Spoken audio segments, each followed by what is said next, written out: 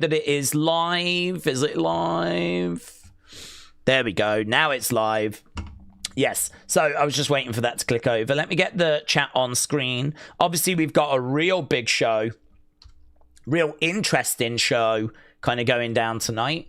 Let me see if we've got the official preview up for this. If we go WWE, opening match tonight has been revealed. I believe it is the triple threat.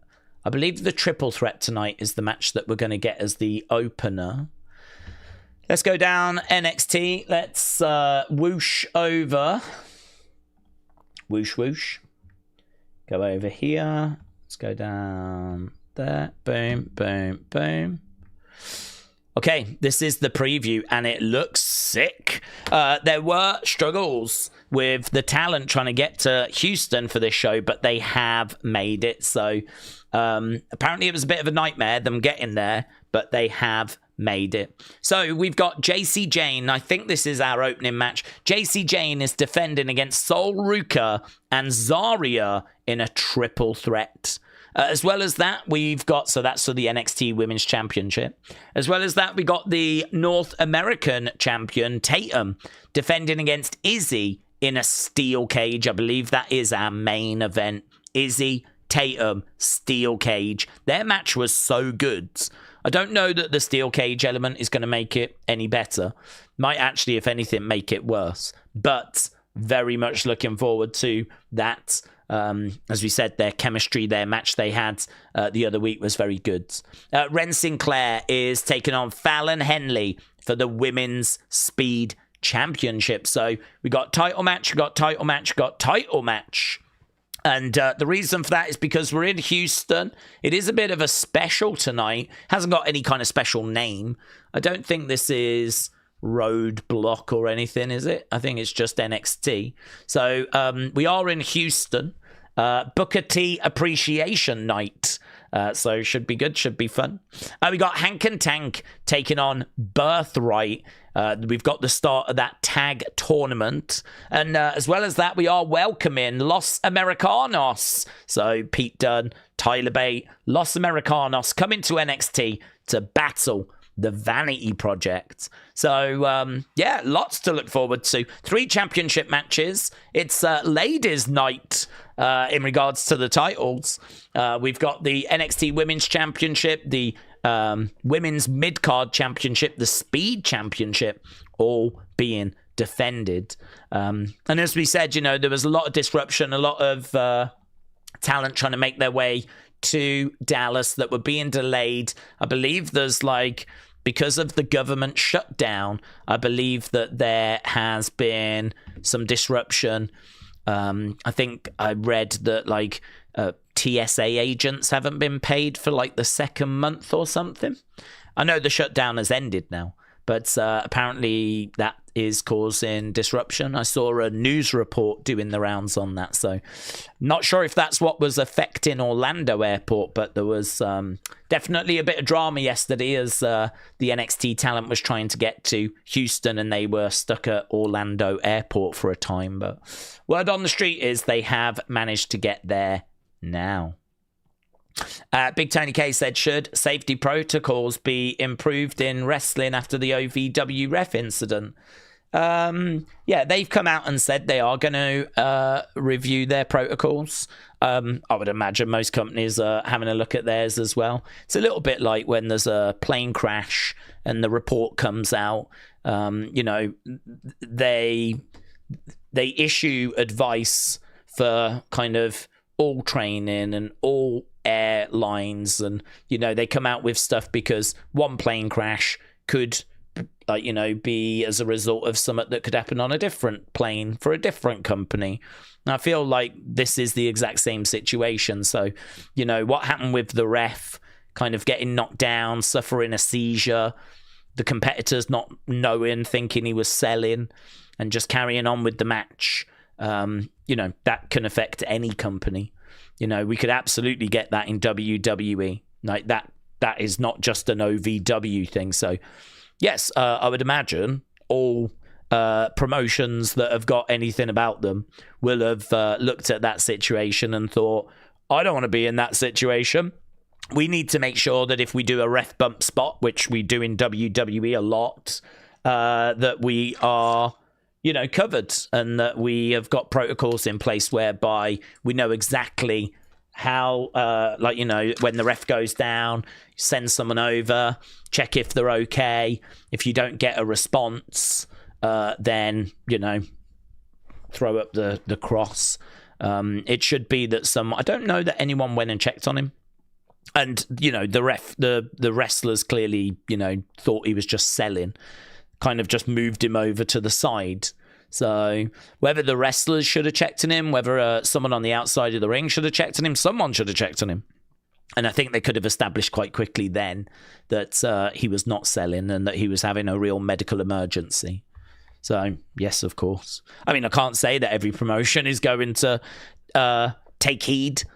We know there might be some promotions out there that kind of look at this situation and think, oh, thank God that wasn't me, and then not do anything, I'm sure that will happen. So, but that'll be on their heads, won't it? Steve said, is Keanu Carver going to get involved during Booker T Appreciation Night? It would feel that way, Steve, yes. Feels like it's building to something given the last few weeks. Yeah, I think it's a good shout, buds. I think you're right. Definitely got the vibe that this is something that he can gate crash. Keegan, hello. Hope you're doing well. Eric said, I heard Gunther and LA Knight might miss WrestleMania. Oh, I've not heard that. I don't know where you saw that, bud, but if you've got an article, send it over. With 2 nights of WrestleMania, said G Doggy Dog, no one from the roster should be missing it. Is that something that's just dropped, is it? I did, obviously I did Unseen, so any news that's maybe come out since, just did a member stream, so I very much could have, could have missed that. So, I don't know. If there are any reports on that, feel free to tag me in that. AAA said, Daze, if you was in charge from today, what changes would we do to the Punk Roman builds? There should be more blood, said AAA. Some fighting, maybe backstage. Loving Randy Cody builds. Yeah, I think you got a problem, though, and that is that you don't want the Roman and Punk builds to be similar to the Randy and Cody builds. Like, you should be able to build them separately. So I do understand what you're saying about blood, but I feel like we've got that with Randy and Cody. I think what I would want is I would want to do the builds differently so that, wrestling fans have got something a bit different on each show. I think that the Orton, Cody builds can be blood, violence, attacking each other, and all that kind of stuff. Maybe you want to lean more into psychology with Punk and Roman. Perhaps you want to kind of lean a little bit more into them sort of trying to get into each other's heads, which is seemingly what they're trying to do. I think we can agree that the line that they dropped 2 weeks ago about Roman's father was controversial, but was good in getting buzz. I think a lot of us came out of it with like a damn, wow, big segment, big close. However you feel about it, whether you like it or not, it was big. So I think this week didn't carry the same punch. Now, the problem you've got is that for me, I don't think we should be doing a race to the bottom. I don't think we should be trying to outgross each other. I mean, it was a controversial line that CM Punk came out with. I don't think Roman personally needed to go to those depths.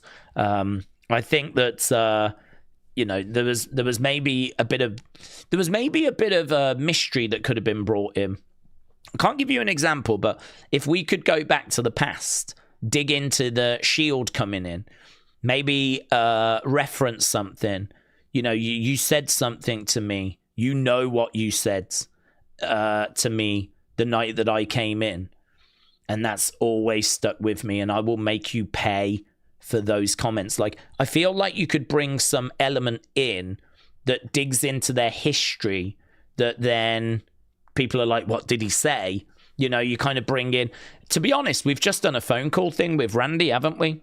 I think that I might be looking to do that kind of stuff with Roman and Punk. You know, mystery, psychology, not so much like the blood stuff, because I wouldn't want it to get too similar to the Randy Cody stuff. But Randy's just done the mystery. Feels like we're doing a lot of stuff with Cody and Randy. Cody and Randy just had one of the best brutal beatdown segments, right? Reminded me a lot of Cody and The Rock in the Rain, which is one of my favorite segments. Love that segment. And, you know, probably my favorite segment this year is the one we got Friday. And now we've brought in this mystery element. I mean, if you look at what we're doing with Cody Randy, it feels very complete, because we've had violence, we've got a mystery. I'm sure there's going to be a promo exchange. They're not really leaving too much out, are they?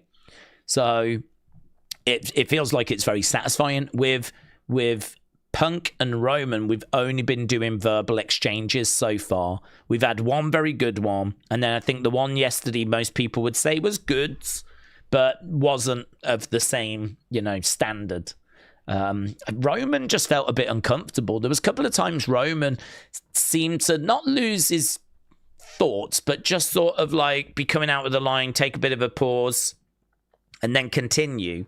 I don't know. I mean, it felt to me like Punk got the better of Roman on the microphone. It felt like Roman's old line was clearly, you know, scripted. It's clearly something that was agreed backstage. I don't believe that Punk would react that way.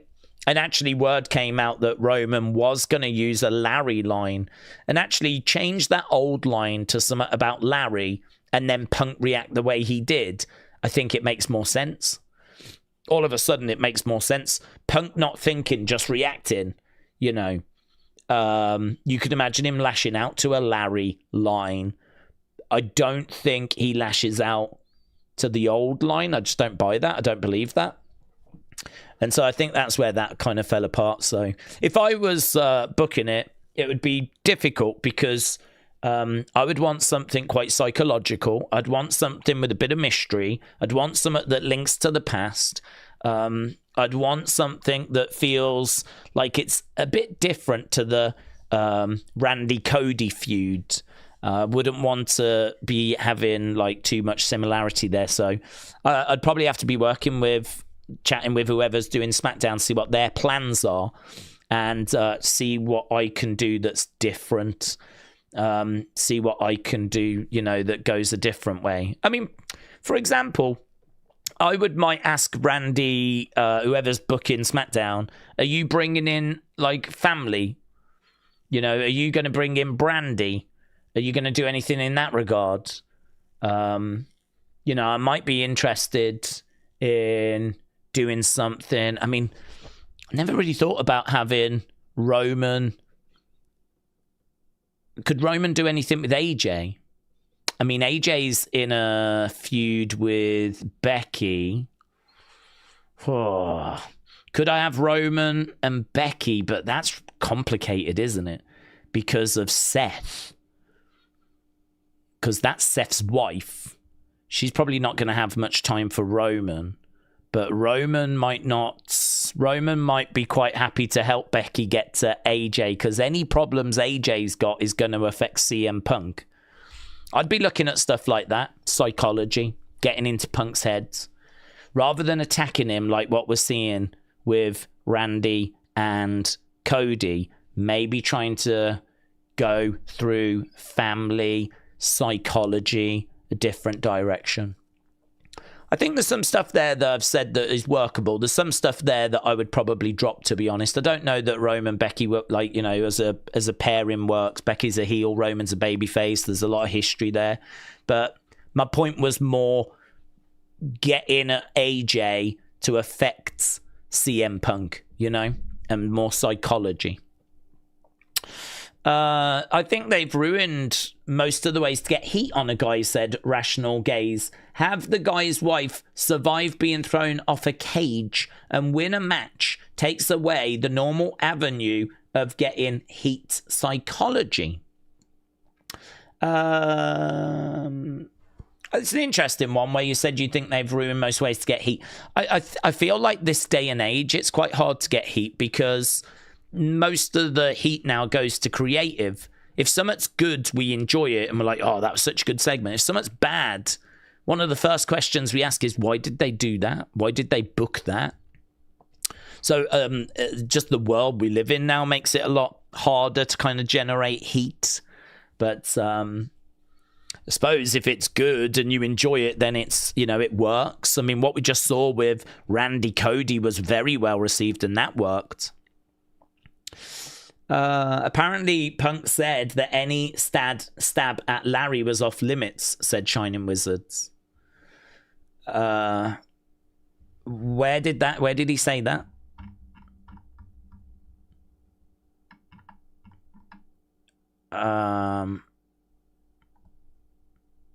Let's have a look. I've got the report here. According to BodyslamNet, the segment that aired was not the original planned version. It remains unclear why the direction was changed or at what point during the day the decision to alter the segment was made. So, according to Bodyslam that have reported it, they say it's unclear why it was changed. So, I think people are speculating that CM Punk was like, no, I don't want it. I don't know that that is true, that he actually said that. Chris said, I thought maybe Roman was going to say, you remind me of my old dead dog. You know about that, don't you, Phil, without even mentioning Larry or maybe going into the gutter, says Chris. It's still a reference, though, isn't it? I mean, it might not mention Larry, but it's still about Larry. And I don't know. It's a real difficult one, to be honest with you, because I'm not a fan of doing that. Because I think it's good to do it once to get the shock value. But if you do it again, it's just him responding to something shocking that has been said previous. Like, we're going down to this level because Punk took us there. And so now Roman's going to go down there as well. To me, it's just Roman firing back with something similar to what has already been said. I suppose the point I'm making is it wouldn't have shocked me if he came out with Larry. I mean, lots of you had already said that this is, you know, I bet he says this. And so to me, that makes it predictable. If a lot of people are saying he could come out with this and people are predicting it, it's predictable that that is a line that he's going to use, right? So there wasn't no one went into that first promo thinking Punk was going to say that line about Roman's dad. The shock value was there. I don't think the shock value would be there for the Larry line, as I said, because of it being predictable. So to me, you've got to come out with something witty, something really interesting. And this is where you can dig into the past. This is where you can ask questions about the past and go historical. And I think there's probably some really interesting stuff that if you looked into it, you could probably find some stuff. Would it take work? Yes, it would, right? You could even, as I said, make something up about Punk made a comment to Roman and you know what that comment is. Do you remember when The Rock handed something to Cody and he went, you know what that is, right? And he gave him that thing back, which we believe is the watch that Cody gave The Rock at WrestleMania. We still don't know because it's never been revealed, but we believe it to be the watch. Well, that was something that was just manufactured out of nowhere, right? But it worked because people were like, what is it? What did he just give him? You know, what's the item that he's just given Cody? And there was all this speculation. That's the kind of stuff, the creative stuff I'd be interested in digging into, looking back at, even if no comment was made, but saying, you remember what you said to me, I'm going to make you pay for those comments. And all of a sudden people then will be like, what did he say? And there's a bit of a mystery element. And that to me would have been a better ending to Raw, because there would be more speculation, there'd be more mystery. And certainly if Punk's reaction was one of, I hoped he wasn't going to bring that up, you know? If Punk had sold it like, damn it, I thought we'd move past that. Because then all of a sudden it's like, what did he say? Is this something that's going to ruin Punk's reputation? Where are we going with this? Like, to me, there's more mystery, there's more intrigue. The old thing, I just didn't buy it. I just didn't buy that he would have reacted the way they reacted. But, you know, to each their own. Let's see where they end up going with it. Jared said, Punk made Roman look soft, saying, I say when you can leave. Yeah, I saw criticism of that. Yeah. Him, like, yeah, it's a good point. He should have decked him and say, get out my way, Phil. Just something. But he looked puzzled once again. Yeah. Yeah. He did go out and he did tell him to get back in. And I saw people saying that just looks so dumb. I'll tell you when you can go. To be honest, I don't massively disagree with that. Again, it just felt a bit... The whole thing felt very scripted and, you know, pre-planned. And not maybe when Punk speaks. I mean, when Punk speaks, I feel like he's just shooting, you know? I feel like when he's got stuff to say, he just goes and he just says it. I could believe his was not scripted. If it was delivered brilliantly. Because when he talks, he just talks with such conviction. Doesn't trip over his words, doesn't get lost. He's very clear. He's just gold standard. CM Punk on the microphone is gold standard. We've always known that. But, yeah, I mean, he got the better of Roman for me, in my opinion. And I agree. Even the structure of it did not feel like it helped Roman. Because that line about old was clearly scripted. That's not something Roman said and Punk just reacted to, right? That was clearly the big ending that they wanted to go for. And you can understand it. They want to tell a story where that is a sensitive subject for CM Punk, yeah? And I'm sure Punk is going to explain it very well, actually. Next time we see Punk and he explains why he reacted the way he reacted, he's such a good promo that I've no doubt you'll go, yeah, makes sense. I've no doubt he'll be able to sell it and we'll be, you know, maybe he'll reveal that he knows the end is coming. He is insecure about keeping up with this younger talent. When he came back to WWE, didn't know if he could, you know, reach the heights, and he does believe that he is kind of, you know, surviving by a wing and a prayer. I could believe that. He could do a very good job of selling that, actually. But I don't know that that it worked for Roman in the moment, right? We might be able to salvage it and give it credibility when Punk speaks on it. But, yeah, last night it felt to me like, oh, really? That's what you want to go with? And I agree with you, Jared, actually. The jumping out of the ring and getting back in, that clearly was scripted. They knew that bit was going to happen. I don't think that segment went longer than was... I don't think Roman was took by surprise when Punk told him to get back in the ring, right? I think that bit was all scripted. I don't know why they felt like that was necessary. I agree. Not a brilliant look. So, Jared, thank you. Although we do have to say, I mean, we're sat here talking about it, aren't we? We are still sat here kind of breaking it down and having conversations about it. So there's probably some value to that. Daze, I think he has got limits. If you saw what Ricochet says, I didn't see what Ricochet says. I don't follow AEW. I think Punk has said that he is getting old now and that his career is coming to an end. And maybe that's why it got to him, said Chris. Days after Cena, Randy is my GOAT. I love Randy so much, and I do want him to get 15. Cody has lost the majority of his WrestleMania main events. Will Triple H make him lose again? That stat won't look good. Triple H loves Cody, says Triple A. Well, I don't know that Triple H loves Cody for no reason. I think he loves Cody because Cody's a nice person. He's a good person. He wants to be in that position. He works hard to be in that position. I think there are reasons to love Cody. I don't think he just loves Cody for no reason.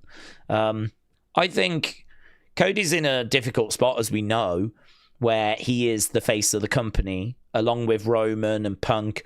but Roman is part-time, not always around, so WWE can't lean on Roman, right? We just did that with the Bloodline, and he had to have a lot of support because of him not being around, and it worked, and it was brilliant, but we've done it, right? Now we're in a situation where we've got Cody on SmackDown, we got Punk on Raw, and those are the two baby faces, big baby faces that we're leaning on, right? So yes, Cody is in that position. And obviously there's backlash to Cody being in that position. People have kind of grown tired of his creative and his character, and so we're seeing that. I think, to be honest with you, WWE can't worry about loads of different things. They've got to keep it real simple. If I'm working in WWE right now, as I said, I would like the Cody and Randy program to feel a bit different from the Punk Roman one. Wouldn't want them both to be the same, right? So if I'm Triple H, let's say I'm Triple H, that is something I'm taking into consideration, right? I would like them both to be different. I'd like them both to feel different.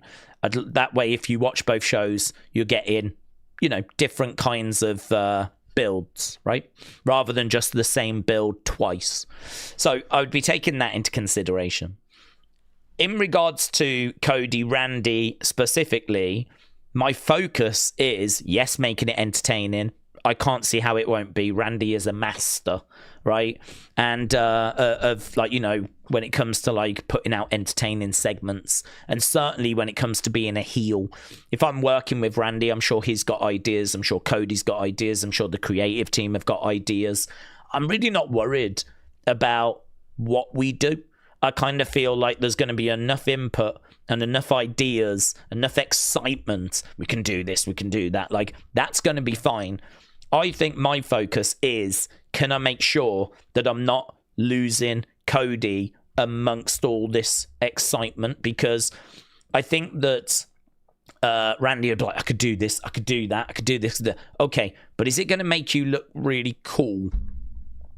That's my concern, is, as we said, not losing Cody in the process. So I think that if it means that Cody loses, right, once I've kind of planned stuff out, if Cody ends up losing, I wouldn't be worried about that. I'm not bothered by that stat. That stat doesn't really mean anything. Triple H has got a horrible WrestleMania stat. He lost a lot of WrestleMania matches, but, he's still regarded as one of the greats. So I wouldn't worry about things that you just don't need to worry about. I instead really focus on what do I need to focus on. And if I was Triple H, big picture, I'd like the two builds to be different. Focus in on Randy Cody. Can I make sure I don't lose the support for Cody by giving Randy all this amazing, exciting stuff, right?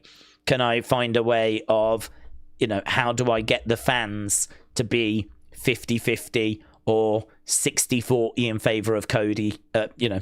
Is it even possible? Well, I'd be certainly trying. I'd be certainly working hard to, try and get the support for Cody where I can. Big Time said, Daze, NXT, since the ladder match feels like it's gone cold. Where are all the new faces?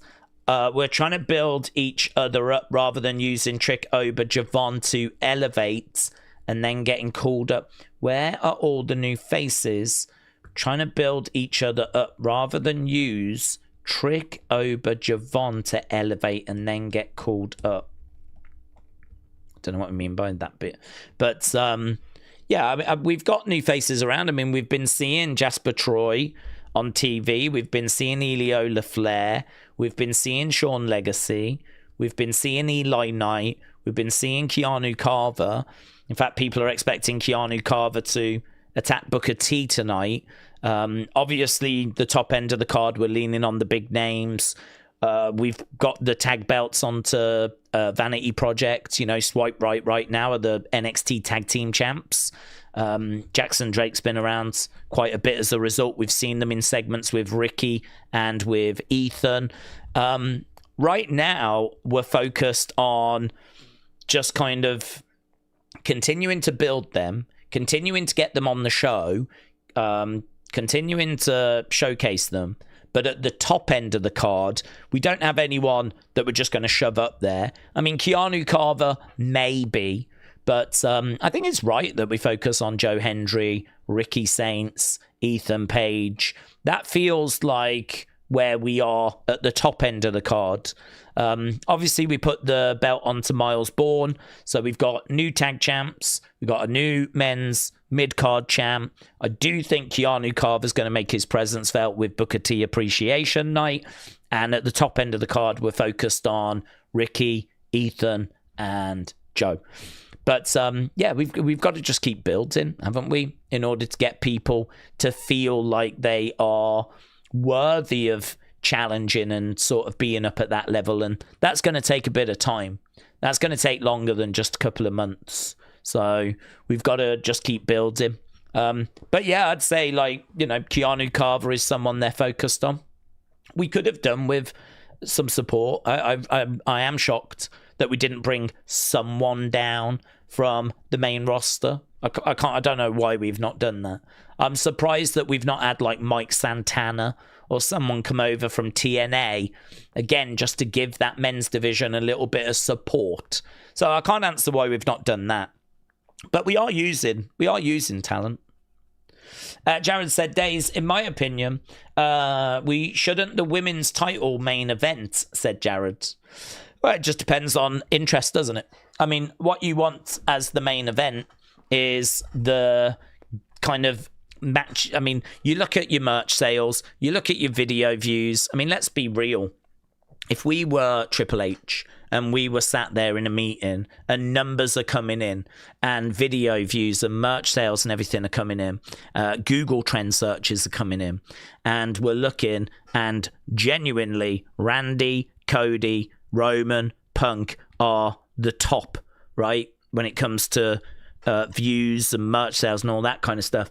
And Tiffany, Jade are like well below that.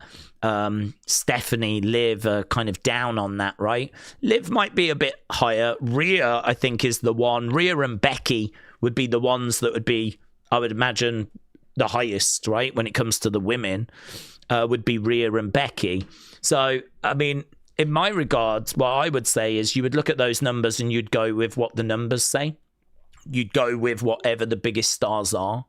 So it is a kind of horse and cart situation, though, because what a lot of people would push back with is they would say you can't get the women in the main events until you put the women in the main events. Like, the women are not going to get the numbers needed to main event until you actually just put them there, give them a big push, give them a big boost, and then they'll start giving you the numbers.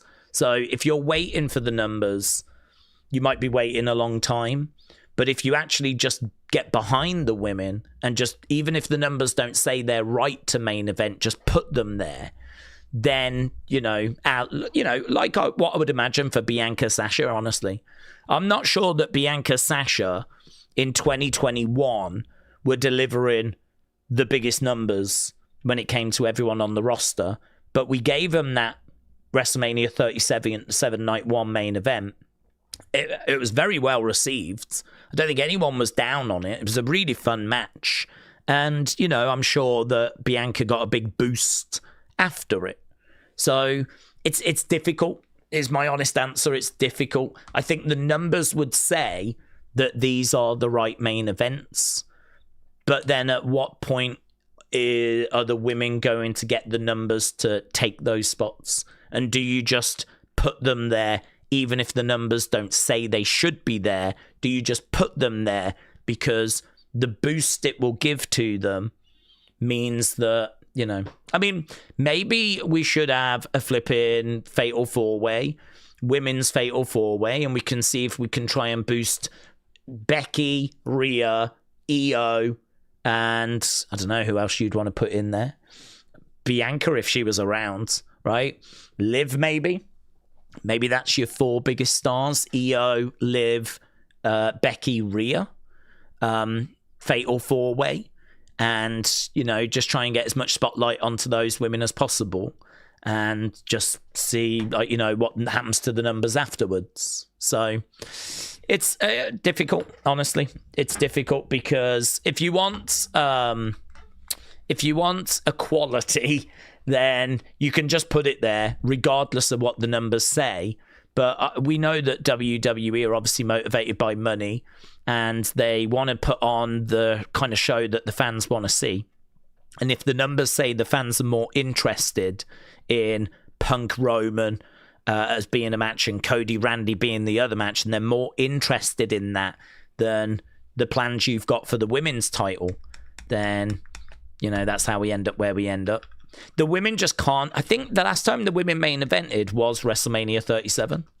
I think it's coming up to 5 years ago now, because 38 was the Kevin Owens thing for night one. 39 was the... What was 39? 39 was the tag match. 40 was the tag match again with Rock and Roman against Seth and Cody. 41 was the triple threat. So that's what we've done. So yeah, the last time the women main evented was coming up 5 years ago, and I think the reason for that is the numbers just say they're not quite that level, which is not something I support. Right, I'm a big fan of women's wrestling, but that I think there really is something in the numbers don't back up the fact that they should be in that spot. So do you just put them there and try and improve those numbers that way? Triple A said, Cody has been 3-time champ so quickly. How many times will he win? He can win the world championship to count it up. It seems like he'll win the belt 1 to 2 times each year, says Triple A. I don't think WWE are thinking that way. I think that, they took the belt off Cody the first time so that Cena could win 17. And, I was totally fine with Cena going after the other belt, actually. But, of course, they wanted to do the heel turn. And they wanted to do heel. If you're going to have Cena heel, him going up against the biggest babyface in the company, which is Cody, arguably Punk, but I believe Cody, that makes sense, doesn't it? So I don't think it's like, oh, let's get the belt off him so we can put it back on him. I genuinely think it was more, let's get Cena to 17, right? So that was the first time we took the belt off him. Then, of course, he wins it back. And then what we just heard was the reason they took the belt off him this time is because they wanted to make the road to WrestleMania more interesting, and they wanted Cody in the Rumble and at Elimination Chamber, not as champion, being in a bit of a nothing match earlier in the show, but actually be in the Chamber and be in the Rumble, and actually get one of your biggest stars in those matches. And that was the reason as to why they moved him away from the belt. And it was either that he was going to win it back before Mania or potentially win it back at Mania if it had been him against Drew. Obviously, they made the call to do him and Randy, so he wins it back before Mania, and now we do him and Randy. So I don't think it is they're trying to run it up. I do genuinely think there are reasons for taking it off him, and I don't know what he'll finish on, because again, I don't think there is a number that they've got in their mind. I don't think they're like, right, we're going to get him to 9. How do we get him to 9? It just doesn't work that way. Instead, they're just booking. And if it feels like, okay, we need you to drop the title here, and we're going to do this feud, that feud, we can maybe get you back to it here. Like, I think they're just booking it as they go along, really. I not for a second do I think they've got in mind any kind of number that they're trying to run up to, So we'll see what he kind of finishes on. I don't expect him to be breaking the record or anything like that. I don't expect him to break 17 because I think he said that, I think he's like 40 now. He's probably looking at a few more years. Like, he's just signed a contract. I think he said that might be his last one. Might be a 3 or 5 year deal. But I certainly don't see him having like 8 to 10 years. I think 3 to 5, and then Cody will probably be done. So don't see him. I don't think we need to worry about him being the all-time record holder. Daze, what do we think about the new faction Birthright? I hate to say it, but Lexis King, Uriah Connors, Dempsey, I just can't see them making it to Raw SmackDown, said Big Time. I think it's missing stuff, isn't it? I mean, it feels very undercooked, but it's only just started. Apparently, Finley and Regal are expected to stay and be around. That could be interesting. I mean, that could bring that group some credibility. I think part of the problem is that Lexis King has been a bit of a comedy guy, right? He's kind of, done a blindfold match with Miles. Remember that? That wasn't that long ago when he was doing that blindfold match, and he was kind of making out about Miles not really being deaf and all this kind of stuff. And we ended up doing a bit of a blindfold match. He's not really been the most serious of characters in my mind. He's always been a little bit cheesy, dare I say, right? Quite outlandish, and it's kind of hard to take him in any kind of serious manner now. And, well, you can say the exact same thing for Ariana Grace and Stax. I mean, Stax was fairly serious when he was with Tony, but since coming away from Tony, I mean, weren't both of those in like some Christmas match with Shiloh that had a bowling ball and all this kind of stuff? And I mean, Ariana Grace has just largely been a comedy character since she first started. So if you told me we were going to do a faction with Stax, Ariana Grace, and Lexis King, I would believe it to be some sort of comedy thing. So now we're trying to present this Birthright as being somewhat serious. It's a struggle to adapt to kind of taking Ariana Grace seriously. Stax serious. Lexis King serious. Even Uriah Connors has just come out of Chase U, So it's very early. I can't say it's not going to work. I get what they're trying to do. It's complete left turn, right? Or at least I think it is. I don't think this group is going to be a comedy group, but apparently Finley, William Regal are going to be sticking around. Hopefully that brings the group some credibility. And we'll have to see. Yeah, it's not a group that I feel any sort of connection with at this point. I think there's a lot of work to be done, but I mean, really, they've only just started, haven't they? Because Charlie only just joined them last week, so they've only just begun. So we'll see where they go. What do we think the end goal with TNA is? Because they're currently at 250. If there's an opportunity to buy or maximize audience and give TKO another media rights to sell and make money, well, I don't think they're looking to buy them. I think they would have bought them already if they were looking to buy them. So I don't think there is an end goal. I just think they want this partnership because, to be honest, I think they want this partnership so that AEW don't have this partnership. I think that's the real reason. I think the real reason is that they just want this kind of access to TNA's talent pool, but also it's a brilliant way of kind of sending talent over there so they experience something different.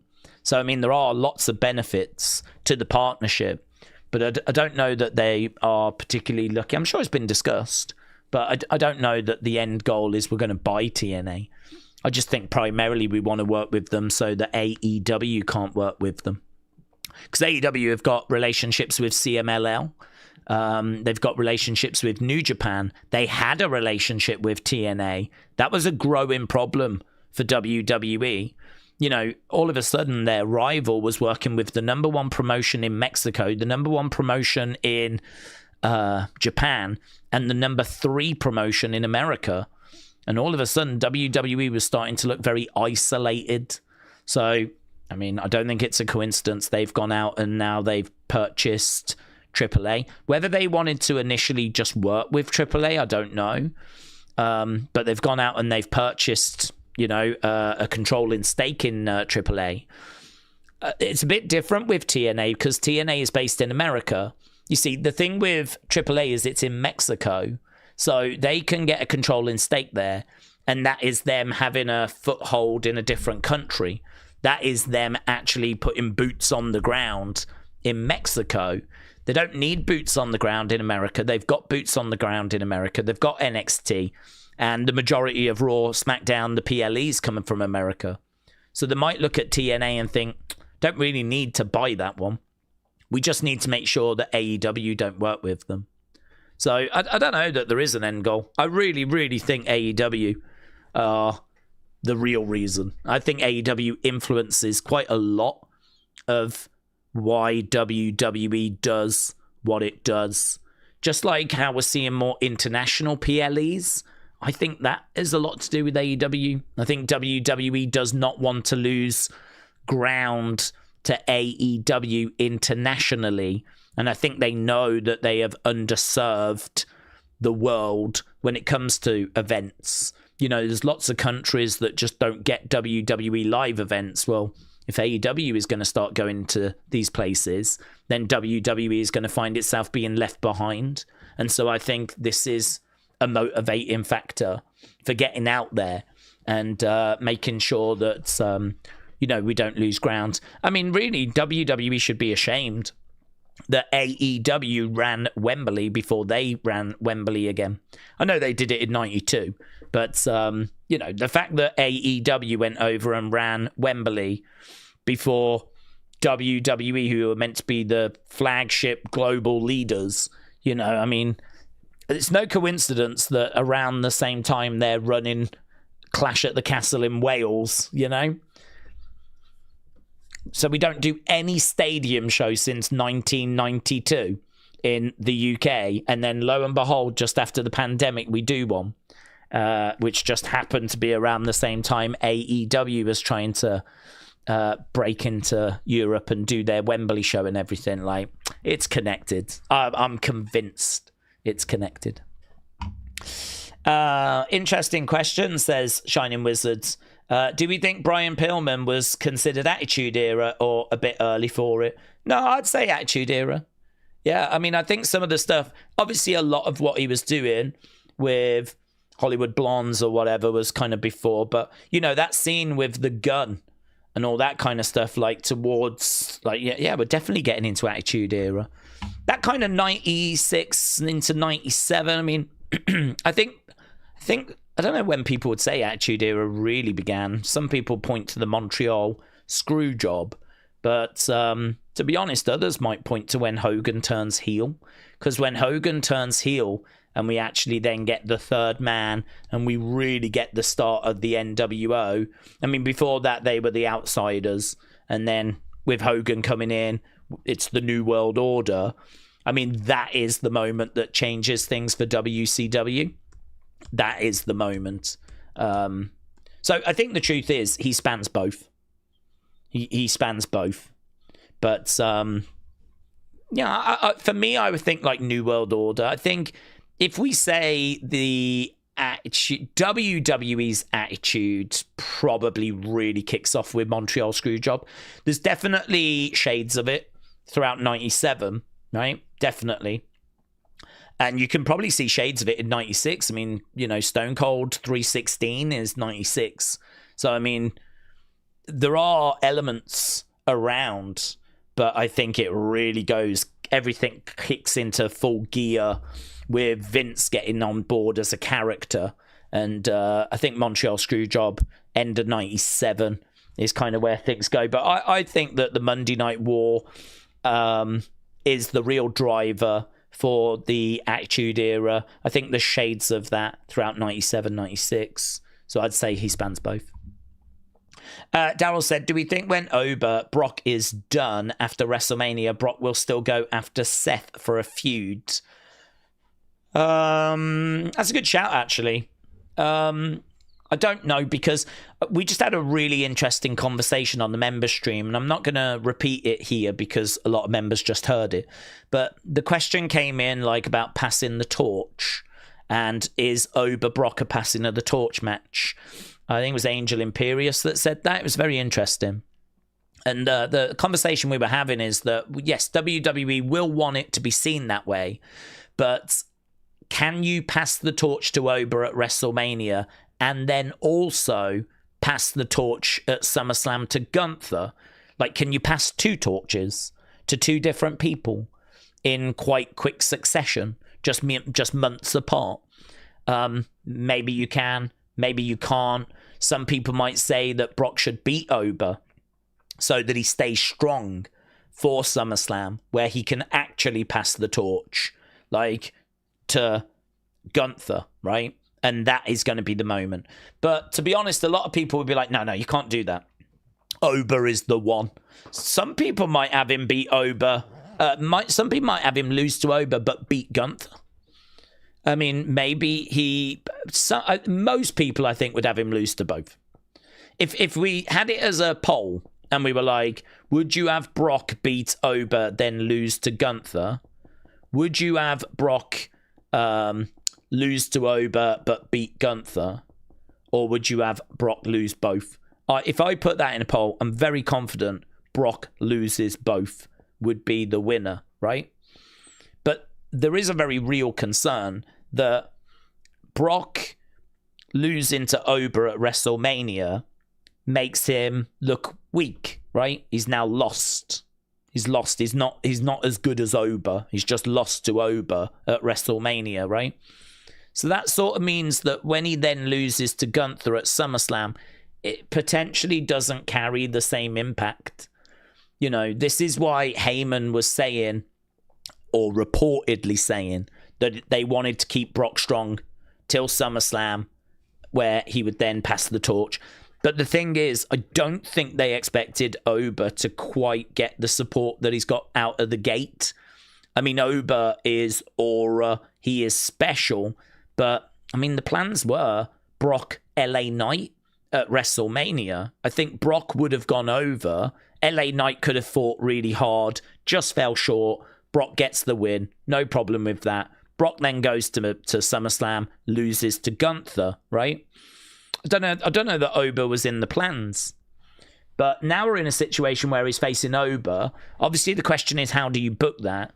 I think you're going to struggle to find anyone that's going to say Oba should lose. But that is a problem, isn't it? Because he needs to go to SummerSlam, seemingly retire, and guessing the career killer is the one that's going to do it, right? But if he loses to Oba, does he have as much to really... Does it mean as much for Gunther to get the victory? So, tricky. So your question about does he feud with Seth has also got to fit in to this problem. I don't think you can have Brock lose at Mania, like have a few losses against Seth in the summer and then lose to Gunther. I feel like if he's going to lose to Oba, you're going to have him go crazy over the summer. Like, imagine Brock livid on the Raw after WrestleMania. He is going to have to murk people. Have him murk Danhausen, have him murk whoever, right? Murking people. Chucking them round, angry, whatever you can do to quickly get heat, momentum, build him back up. Whatever you've got to do it. Do it quickly so that he can get wins, get to SummerSlam, and still have some sort of aura that he can then pass to Gunther when Gunther beats him. So I think your comment's very interesting about Seth and about will Brock still go after Seth. The concern would be, how do you fit that in with Brock, who I think probably will lose to Oba and almost certainly will lose to Gunther as well. How do you get Seth into that? I think he could try and go after him and maybe keep being foiled, you know? Could be that someone keeps taking his attention away. There's maybe a way of booking it.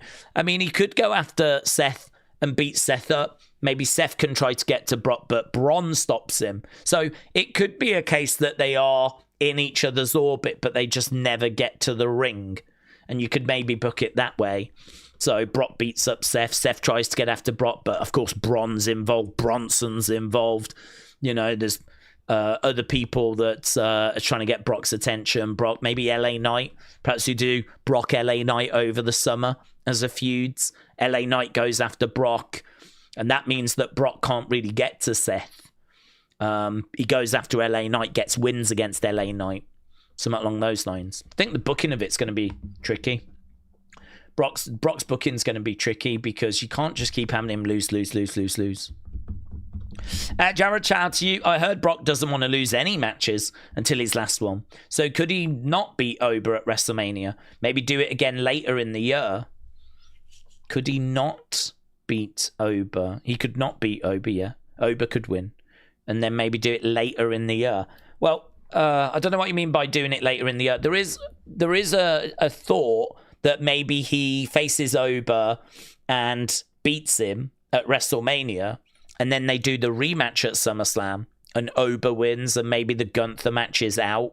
So Ober loses to Brock, wins at Mania, right? But the thing is, when you've got a career killer, and you've got someone that retired Goldberg, Cena, AJ Styles, and now we're on the verge of saying goodbye to Brock Lesnar, it's very hard, isn't it, to not go that direction and not give Gunther that last match. I mean, I actually wouldn't be down on Ober losing to Brock, right, at WrestleMania in a very close contest.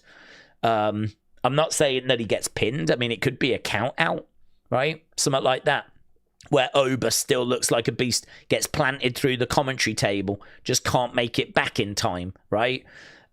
Brock's down, Ober's down, maybe even Brock doesn't walk out.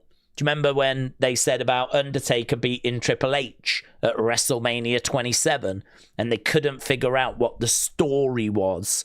They couldn't figure out what's the story of the match, and then it clicked on the day of the show, and the story was Undertaker wins, but he doesn't walk out. We have to get him on a stretcher, and we've never seen Undertaker stretchered out before.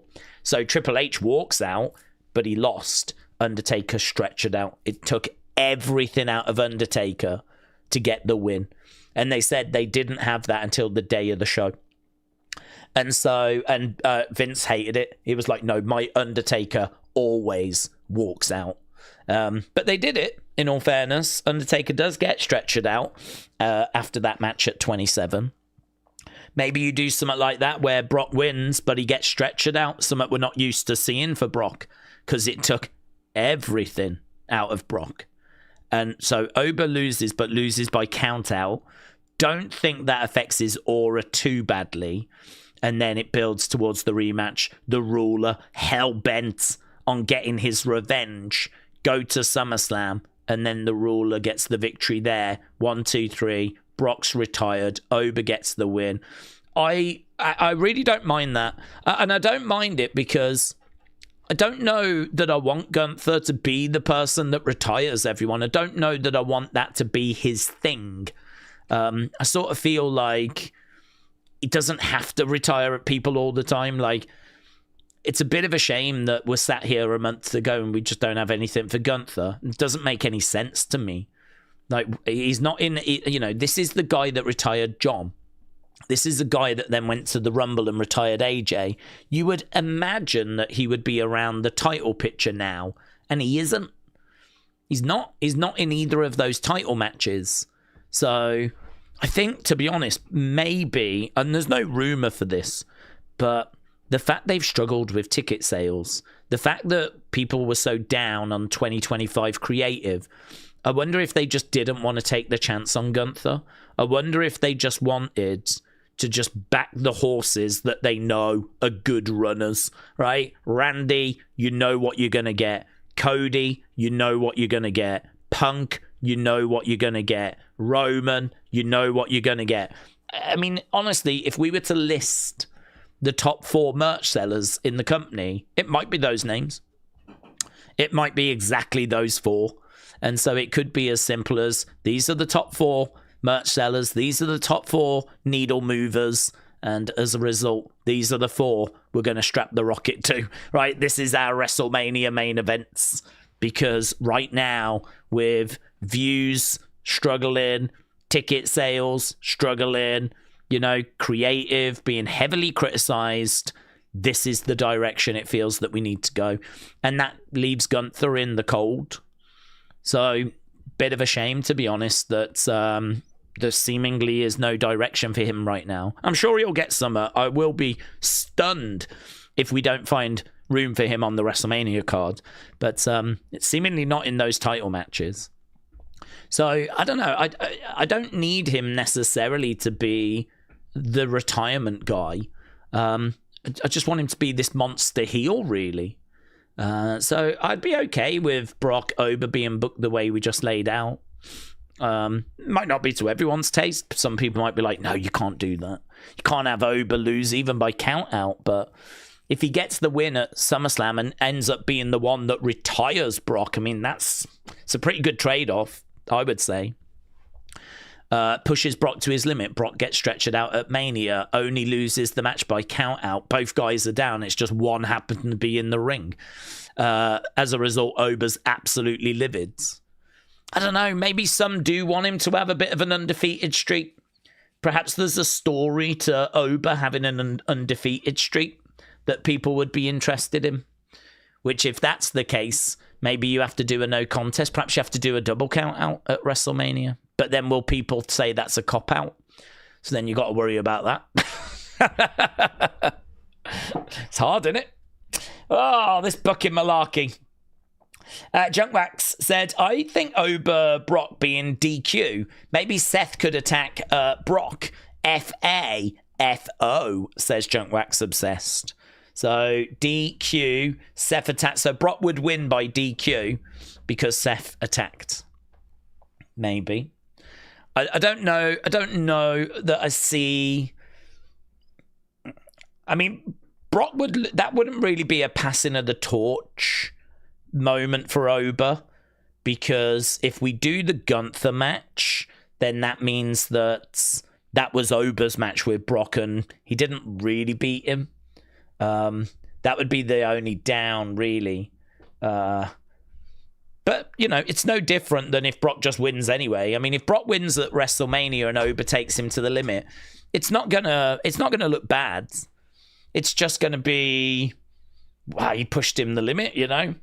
He took the beast to the limit, but I don't know. I get the sense that people want more than that. I really think people want this to be the next Brock. They want this guy to be the real deal. They want this guy to not necessarily lose and us praise him for the effort that he put in. I think people want him to get the win. And maybe a double count out, maybe a double DQ, maybe a no contest rematch at SummerSlam. Ober wins. Maybe there is something to that. But we know they want Gunther. They want Gunther. The rumors are that it's Gunther that's going to be Brock's final opponent. It doesn't have to be Gunther. But with a career killer moniker, it's hard to see it not be Gunther. So, yeah, this is where the booking becomes very tricky. I genuinely, as I'm sat here right now, rather than say anything more confusing, I think just what would I do? I think I would do, you know, Brock either winning by count out or double count out, something like that at WrestleMania, and then do the rematch at SummerSlam. I think I would do that. I think I've talked myself into that. I don't think Gunther needs, but then people are going to regret us not doing the Gunther match, aren't they? You will get moans, people saying, can't believe we didn't do Gunther Brock. And you'd be like, yeah, that was a missed opportunity. But I don't know, can you have him lose to Ober and lose to Gunther? Can you do that? Will it work? Will it satisfy? Can you build the heat back up after a loss to Ober in time for SummerSlam? It'd have to be a damn good summer of Brock just murking people, wouldn't it? Really being that monster again. Don't know. Good conversation. Jared said, I meant Ober challenges Brock again. Says, only this time your career is on the line. Right. Give that moment. So you would do Ober Brock. Brock gets the win, then do the rematch, probably SummerSlam, career on the line. Got you. I'm with you. I'm leaning that way as well, to be honest. But then my brain says people would be upset that we never did the Gunther match. Because I don't think you can have him beat Ober, lose to Gunther, and then lose to Ober. Like, that's the same problem, but just in a different order, isn't it? Ronnie, hello. Can't believe WWE are trying to buy media. I guess it's the world we're living in. WrestleMania is looking decent. I'm holding out hope that Hunter and his decisions don't screw the fans, says Ronnie. Ronnie, shout out to you. Yeah, Unseen's out. And in Unseen, there is a story about them working with can't remember what it's called, Front Shop Media or something, Front Store Media. Apparently this is a news outlet that have posted, well, just news about WWE, right? But not always constructive news, not always positive news. And now WWE are working with this company, and there is a belief that it could be WWE trying to just manipulate the media a little bit. We've already seen the grading from ESPN get removed, right? And we know that those grades were fair, right? They were quite a fair reflection of the shows. Well, now, all of a sudden, ESPN have stopped doing those, right? Then now you've got this news outlet that has run stories about WWE in the past, things to do with Janelle Grant, stuff like that. All of a sudden now WWE are working with them. And I don't know that there's anything sinister there, right? I don't know. But what I can tell you is that Dave Meltzer, Brandon Thurston, they're doing what you would expect journalists to do, and that is to just question, this is interesting. This is an interesting partnership that WWE have now gone into, because that is an outlet that has run stories and I think even exclusives that has been, as we said, not painting WWE in the best of lights. And now they're working with them, which would probably result in that organization not being, kind of as willing to run those stories anymore because of this partnership. There are people just questioning, is this WWE trying to, bit of propaganda, sweeten the pot, change the narrative, or control the narrative a little bit better. The only thing I'd say is there is a lot of media outlets. Working with one is it going to make much of a difference? The news stories are still going to be out there, aren't they? So I don't know. But there is a chatter around that today, and that story's in Unseen. So, Ronnie, shout out to you. We're all hoping WrestleMania delivers what we're hoping for, which is a damn good show.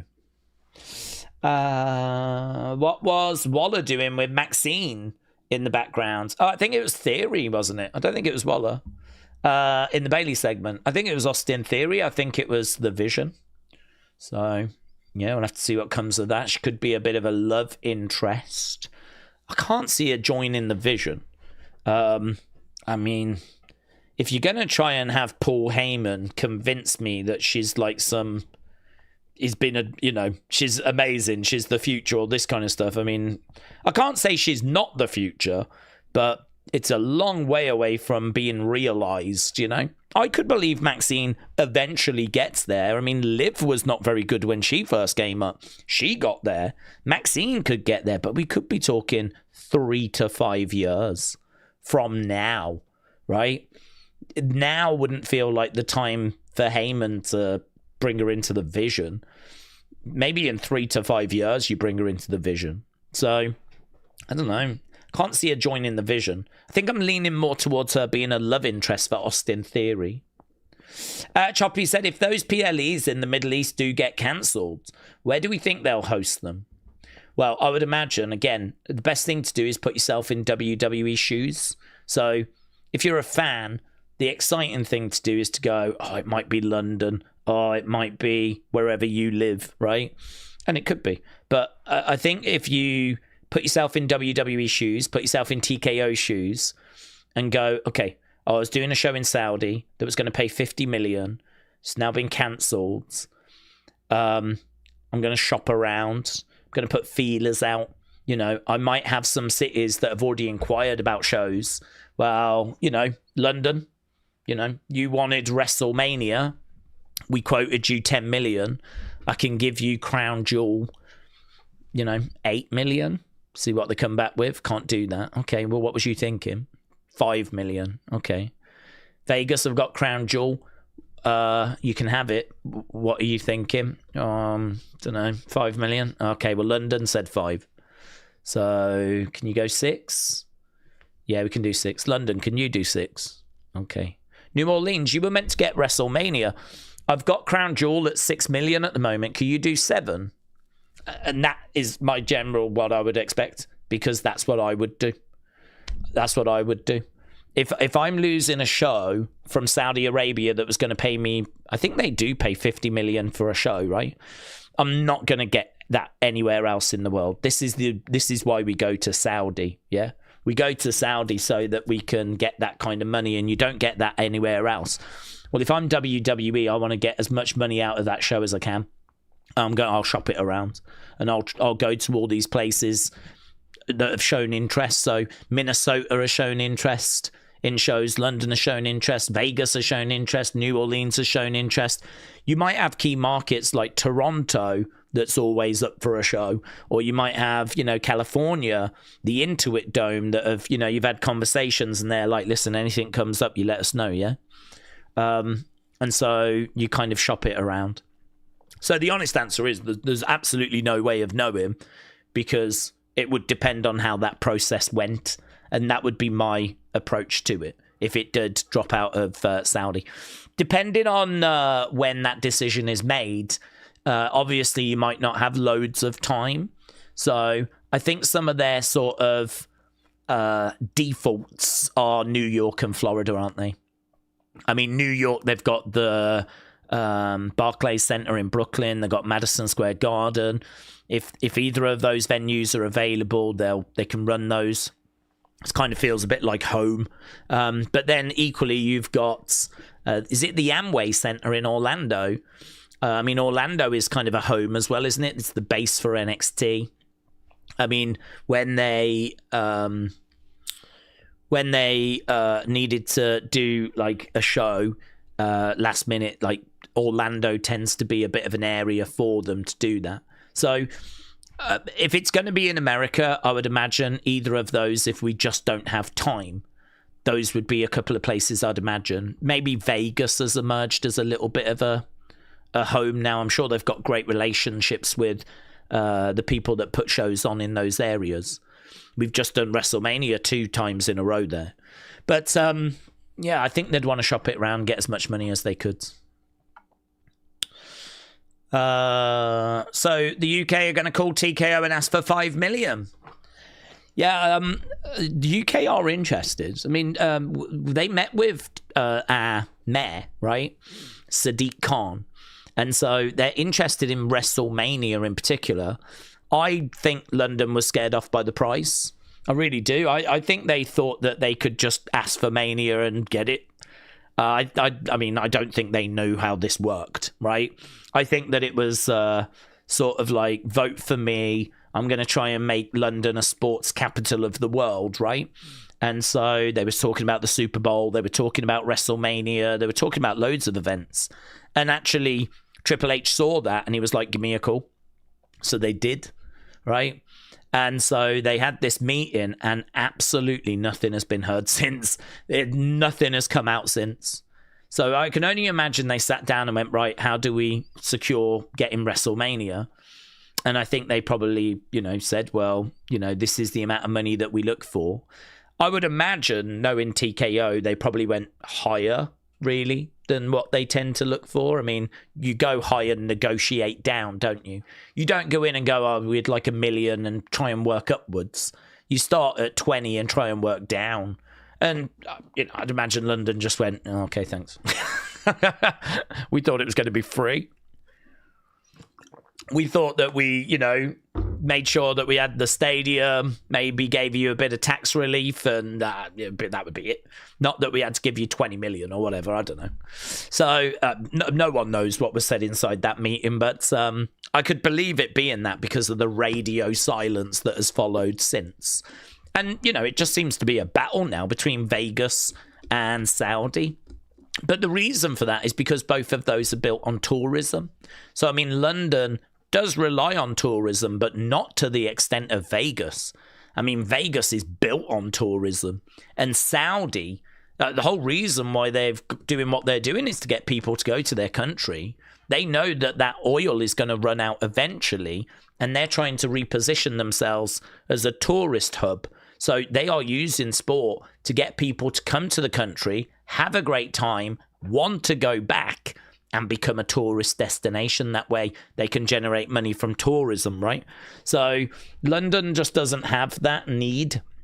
It needs tourists, and it's a part of London's economy, but it's not as big a part as it is for Vegas or Saudi. So those two seem to be battling it off. I think Vegas knows it can't match Saudi. But I don't think Saudi are going to get it every year, you know? I don't think they necessarily would want to take it every year. But I think they want to see how next year's goes first. See, like, how many people come over. Did they get their money's worth out of it? If so, is it worth bidding again and going for it again? So I think a lot will depend on how it goes, which is why WWE are going to want that show, I believe, to really succeed. Because, you know, it's great money. The money. There was that stat, wasn't there, which blew my mind. It might have blown yours, I don't know. But WWE have made more money from the Saudi shows than they have from ticket sales for WrestleMania, the history of WrestleMania. WrestleMania goes back to 1985. The Saudi show started in 2018. But they've made more money from the Saudi shows than they have if you add all the ticket sales from every WrestleMania, going all the way back to 1985. And you think about, like, some of the big stadiums they've done, you know, WrestleMania 3, 90-odd thousand, maybe, apparently. And you think of all the stadiums they've done, all the stadiums they did throughout the 20s, the 30s, you know, we've done big stadiums for a long time now. But apparently they've made more money since 2018 from the Saudi shows than they have the ticket sales at WrestleMania. Big Time said, Daze, WWE, the Saudi show potential being dragged another year could be beneficial. I've no doubt that they are aware AEW will announce a US All-In, and that might have fed the starved US market for a year. Okay, so you're saying that not doing Mania next year and doing it in America might make more sense because that will stop AEW from jumping in. I do think that's a concern, actually. I mean, if you take WrestleMania, the 2-day massive event in April, away from America, there is a gap there in the market for a big, doesn't even need to be 2 days, just 1 day, big show in America, big stadium show in America, around that sort of April time, going into May, June. We don't do anything then that's a big stadium show. I mean, normally Backlash, which is in Tampa this year, but I don't know the venue, actually. I don't think it's a stadium. So, yeah, I think it's just in the arena that they've got. So, yes, but that concern is going to be a problem every year, isn't it? That's going to be a problem any year they do Mania in Saudi, and they've got to do it some year. I think Mania is going to be worth like 100 million. I think it's double. Normally they get 50 million. I'm sure I read that Mania was going to be like more closer to 100 million for one show. Is mind-blowing. WWE won't want to turn that kind of money down, but then, I don't know, do you need to have some good, strong plans in regards to still doing something big in America? You know, should Backlash be bigger next year? If we do Saudi Mania, should Backlash be a stadium show in America? Should it really be the kind of Mania that people didn't get? But then it's not got the Mania name, it's got the Backlash name. But we have called it WrestleMania Backlash before. Do you remember? We tried to give it the WrestleMania name to boost it. I don't think it really worked. But that's the kind of conversation I could imagine them having at head office. Because I agree with you. Taking a show of that magnitude out of America definitely leaves a void. And it's a void that AEW could capitalize on. Wrestling said, Daze, who would we call down to refresh NXT? I think Omos, Theory, Maxine. Maxine and Theory could even represent the Vision and Raw as well, said Wrestle with Andy. I'm actually really not down on that idea, you know. Not down on that. I think Maxine should be in NXT. I do honestly feel bad about like constantly moaning about Maxine. I'm not moaning at her as a person. She seems like a lovely person, but it's just I don't have an appetite to watch her matches, and I don't think too many of you lot do either. And I don't know. This is why when the match was on, like I was trying to find some positives because I get the feeling that eventually, and it could be there already, people are going to be like, change the record, Boomer, you know? Change the records. I don't need to hear you keep complaining about Maxine should be in NXT all the time. So this is why I was like, well, it's good that they gave Natty a clean win. It's good that Maxine didn't, you know, get out of that sharpshooter. And I was just trying to, like, you know, whatever positives I could find, really. You lot scored the match. I've got the scores here from yesterday. You lot scored the match good 75. That just says to me that it's just not working for people. And it's really unfair on Maxine. I mean, the money, I bet, is not unfair. But her being in that position is not fair. So her going back down to NXT, which is where she should be anyway, I definitely would support that. Omos, yeah, why not? Why not? Put him down there, give him a run, and just work with him at the PC. And just, I mean, like, maybe they've tried it. Perhaps they don't think they can get any more out of him, but why not? Let's give it a go. Let's put that work in. Let's see if we can make some progress with Omos. I'd be interested in that. Theory going down. Yes, I'm not down on it. I just don't know if... Well, I mean, it would just take some of the heat off him, you know? Maybe he could try a few things. I just think the creative is wrong. I think Theory is this goofy, lovable guy. Yeah, looks good, jacked, but to me, is a babyface. He's a guy that you root for. You're like, oh, I love this guy. Go on, Theory. You know, you kind of feel for him. You root for him. He's goofy, but looks good. He's jacked. This is why, for me, putting him in the Vision as the Sammy character, sort of like, go and do this, and he's like, do I have to? Like, I really don't want to be doing this evil stuff, you know? Go and do it. And he gets sent off by Heyman. He gets sent off by Braun. He gets pressured into it, but you can tell his heart's not in it. He's lost. There's nowhere else for him to be. Like, he's tried doing it on his own. He failed. He tried doing it with Grace, and he failed. And now here's a group that are abusing him, kind of, you know, trying to capitalize on his vulnerability. And they're sending him off doing all this stuff he just doesn't want to do. Like, you could even get some segments where he goes up to people after and goes, I'm sorry, man. And they go to have a go at him. Like, what do you mean you're sorry? You jumped me last week and now you're apologizing. He just walks away, you know? Like, I'm not getting into it. I just want you to know I'm sorry. And he walks away. People would be like, oh, God damn, come on, Theory.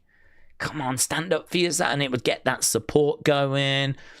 And, you know, 6 months down the road, 12 months at the most, finally turns, becomes that baby face. Fans are with him.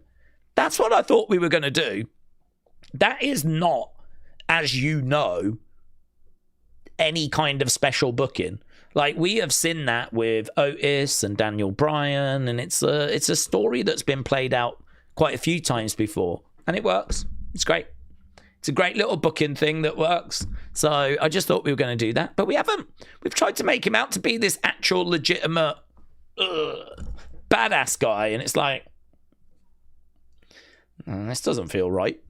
This doesn't feel right at all. So, I don't know. They went down that road. I can't say it's working. Whether NXT would help it wouldn't hurt. I don't think it would hurt. So you could definitely try it, give it a go. So yeah, I'd be down for, you know, kind of going that way and giving that a try. I wouldn't mind putting The Miz down there either, to be honest. I feel like The Miz is always a little lost. I mean, they gave him a little something to do with Carmelo, and then that finished. It does feel like now he's kind of doing something with Danhausen, right? And obviously it looks like he's doing something with Jelly Roll. But actually, once that's done at Mania, I wouldn't be down on The Miz going down there. I think there is a lot for The Miz to bring. You're talking about, you know, a Grand Slam champion, someone that's had a lot of TV time, someone that's really kind of learned a lot of lessons. He's a good, passionate promo. Yes, the match quality is so-so, but yeah, he's a Hall of Famer. Miz goes in the Hall of Fame. And I wouldn't hate The Miz going down there. I think there's a lot that he could actually bring from a mentoring point of view. I mean, he likes that role, doesn't he? The mentoring role naturally lends itself to NXT. So wouldn't be down on that. Do you put the Street Profits down there? I mean, they're just, what are we even doing with the Street Profits? Do you put the Street Profits down there? Do you move Motor City Machine Guns down there? Because again, they're bit part players. So, but again, think of the experience that Chris Sabin, Alex Shelley has got. Think of them going down. And even if like they worked not as a tag team, but just individually, I mean, maybe you could do, I mean, Alex Shelley, am I right in saying he was like a TNA world champion? So you could put him down in there. I mean, I don't know loads about him, but I'm sure this guy has got plenty to bring, right? To the conversation. B-Fab, I don't know, feels like she might be doing something with Jade's, but I suppose what you're looking at is anyone that's either completely lost character-wise. I don't think I'd want to move Johnny down there. I mean, Johnny has very much ticked the NXT box. Maybe he goes down for just a short time, just to help. But really, we just need to get moving with him on the main roster now that Tommaso has gone. But like Street Profits, what are we doing with them? Motor City Machine Guns, what are we doing with them? Miz, feels like there's a plan, but after Mania, we could potentially do some. Wouldn't hate Aleister Black going down there. And just, you know, kind of spending a bit of time. Aleister Black being down there right now, causing some problems for, say, Ricky. You know, if Ethan goes after Joe and Aleister Black causes problems for Ricky Saints, and there's a feud between Aleister and Ricky Saints, I could buy that. Street Profits being down there, that could be firm. There's a few. I mean, you could always chuck down a Rey Fenix as well. He went straight to the main roster, feels a little bit just part of the scene. But maybe if he went down to NXT, you know, we could do him against Elio LaFleur. There's probably some fun matches there. So yeah, lots of options. I'm really surprised they've not done it, actually. Really surprised they haven't put anyone down from the main roster. Certainly now that we just lost Javon, Ober, Trick, feels like there is a void. So I like your examples though, Andy, of Omos, Theory, Maxine. I could get behind those.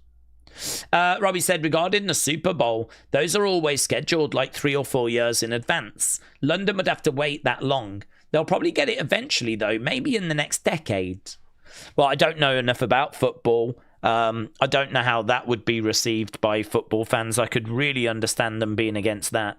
I mean, I could really understand. I think it's one of those, though, isn't it? I mean, I'm obviously sat this side of the pond, and I can tell you that there has been big movement with NFL support in this country since they've started coming over doing those games. I mean, actually, I get a bit frustrated now because when I go on the BBC Sport, because I get all my news from like the BBC website, but I always check them. First website I go to every morning is that. I check the BBC News, see what's being said, click on sports, and now over the past few years in particular, there's more American football stories that are popping up. And like now where, you know, there's cricket, there's soccer and all that stuff, but then you've got like American football. And it's like, I'm not interested in that. I've looked a few times to see, can I exclude American football stories? Because I'm not interested. But you can't, unfortunately. Because I did did wonder if, like, because they are quite good actually, BBC, at like, if you're into Man United, we can show you more Man United stories. They can kind of tailor it a little bit for you, so that if you're into certain things, they'll show you that. So I looked to see if I could turn American football off, but I couldn't. So yeah, it is growing over here. It is getting bigger over here. There is movement over here. I think you probably see that if you watch the games that they do from London anyway. But I could understand American fans being like, no, we're not giving away the Super Bowl. So, I don't know. Maybe London gets it. Maybe it doesn't. I feel like a lot of that was just said to try and get the London mayor re-elected, you know. I'm sure he is trying to do that, but obviously that's, as you said, is going to be a bit of a barrier, what with it being kind of mapped out so far in advance. Evolution, is that going to be a yearly thing, said Long Beach Hippie? Is there one planned? No word on one being planned. Apparently the views for it was still not great. It was there was a bit of information that came out, I think from WrestleNomics, that showed the views for every PLE. Evolution was by far the least viewed PLE. And there is an uncomfortable truth that women's wrestling doesn't seem to drive the same sort of views and the same sort of numbers as what we get from the top end of the guys, right? And Evolution was, you know, the lowest viewed show PLE wise. You can make an argument that it's not an annual thing, and you can make an argument that the build could have been a bit better, the show could have been a bit bigger, blah blah blah blah blah.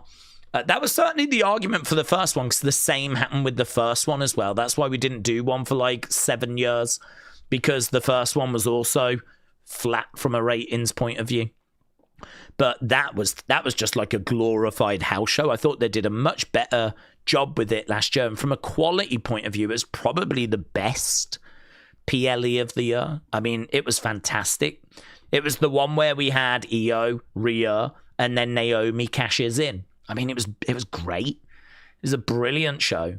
But, yeah, I don't know. It's always just a struggle when it comes to those kinds of events. So whether that will spook them and maybe they'll be like, let's just leave it a little longer, you know? Maybe we won't do that again so quickly. I think it was right to have a look at it. I mean, it worked from a quality point of view. But I don't think the numbers would suggest that it's worth doing again this year. So not expecting it. No word of it. Not impossible that we do it again. I mean, they might want to do it just to, you know, boost the women's division. I mean, TKO are making so much money. They can do it. Do you know what I mean? They can do it just for the sake of doing it. It might just be worth doing it for the sake of doing it. Like we said earlier, do you put the women in the main event even though the numbers might say they shouldn't be the main event? Do you do it because you want to grow that? You know, if you want to grow it, you've got to give it maybe opportunity that it's not quite warranting. You've got to put it in the main event, even though the numbers might not be there. You've got to give it evolution, even though the numbers might say it's not a red hot show that everyone's tuning into. So it's going to come down to what TKO think.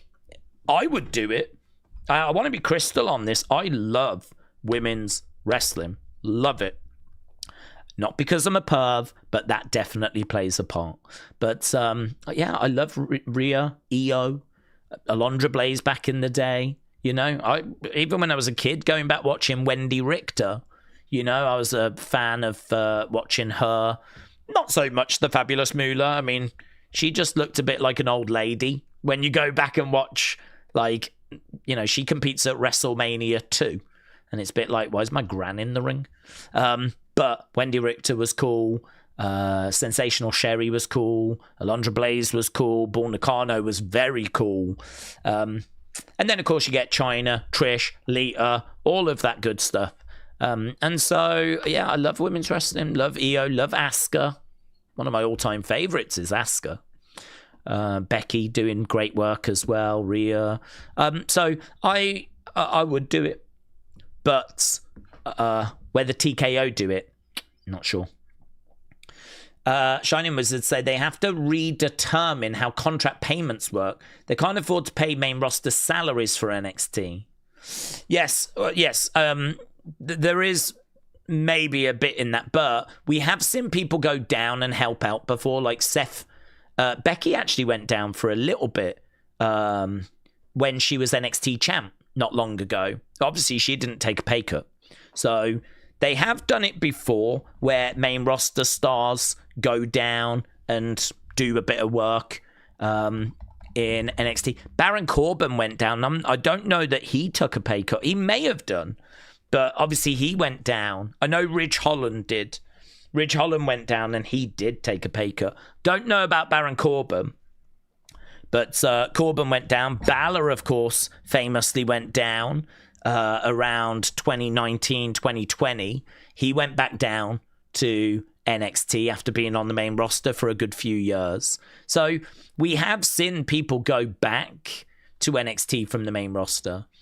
So I don't really understand why we've not done it this time. I mean, maybe it was offered and Sean was like, I don't need it. I'm quite happy with what I've got. Because it is true, a lot of the conversations we have, we don't have, like, you know, the data to back it up. If I worked as Sean, I would want X amount of guys, X amount of girls, X amount of heels, X amount of faces, X amount of tag teams. You know, I'd have numbers. I would know what my roster should be in order for me to do a show every week for 2 hours and PLEs. I need that many women, that many guys. I need that many faces, that many heels, that many tag teams. I would know rough numbers. If he feels that he's got what he needs, he might think to himself, I'd rather use my TV time to build up a Keanu Carver, a Sean Legacy, a Jackson Drake, a Swipe Right Vanity Project. I'd rather use my TV time on them and an Elio LaFleur or an Eli Knight than here's the Miz, you know? I can get the logic from that point of view. And it might be that he's happy with his numbers and he's happy with his roster and he just let me cook, leave me to it. And it could be that. I mean, if I'm a guessing man, I'm guessing that. I do think from a star power point of view, though, it would have been beneficial for him to have just had someone just to give it that little, you know, oh, can't wait to see what happens here kind of a thing, you know?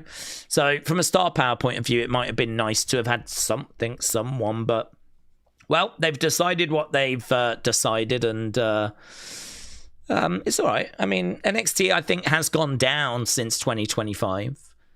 Very excited for tonight's show, though. I think tonight looks good. Daze Maxine gets a pass because her look, she gets a pass. Jade gets nothing but hate, says Wyatt 6661. Well, I don't know if they do have a pass, to be honest. I don't know if they do, if she does get a pass. I mean, there's a lot of criticism for her work from our community. She might get a pass on social media. I don't know. I think the healthy way to talk about Maxine is to say certainly nothing about her as a woman, as a person, but from her skills and from how much I enjoy her work, I would love to see her in NXT because I think there is a bubbly personality there. I think there is a drive and a hunger there. I think there is someone that wants to better themselves and wants this as a career. I think you've got raw skills, right? Someone that's putting the work in at the dungeon, someone that seems to be kind of a fun personality, like someone that's got the hunger and the drive that's required. I don't really doubt that she's going to make it. It's just going to take time. So, yeah, I'd like to see her go to NXT, and I'd like to see us just treat her the way she should be treated, really, you know? Have her go through the system. I mean, the system is set up this way for a reason. So for us to try and go against that is like swimming against the tide. I don't really know why we're trying to do that. I don't really see what the benefits are, but I don't know. WWE clearly see some benefit. I don't know.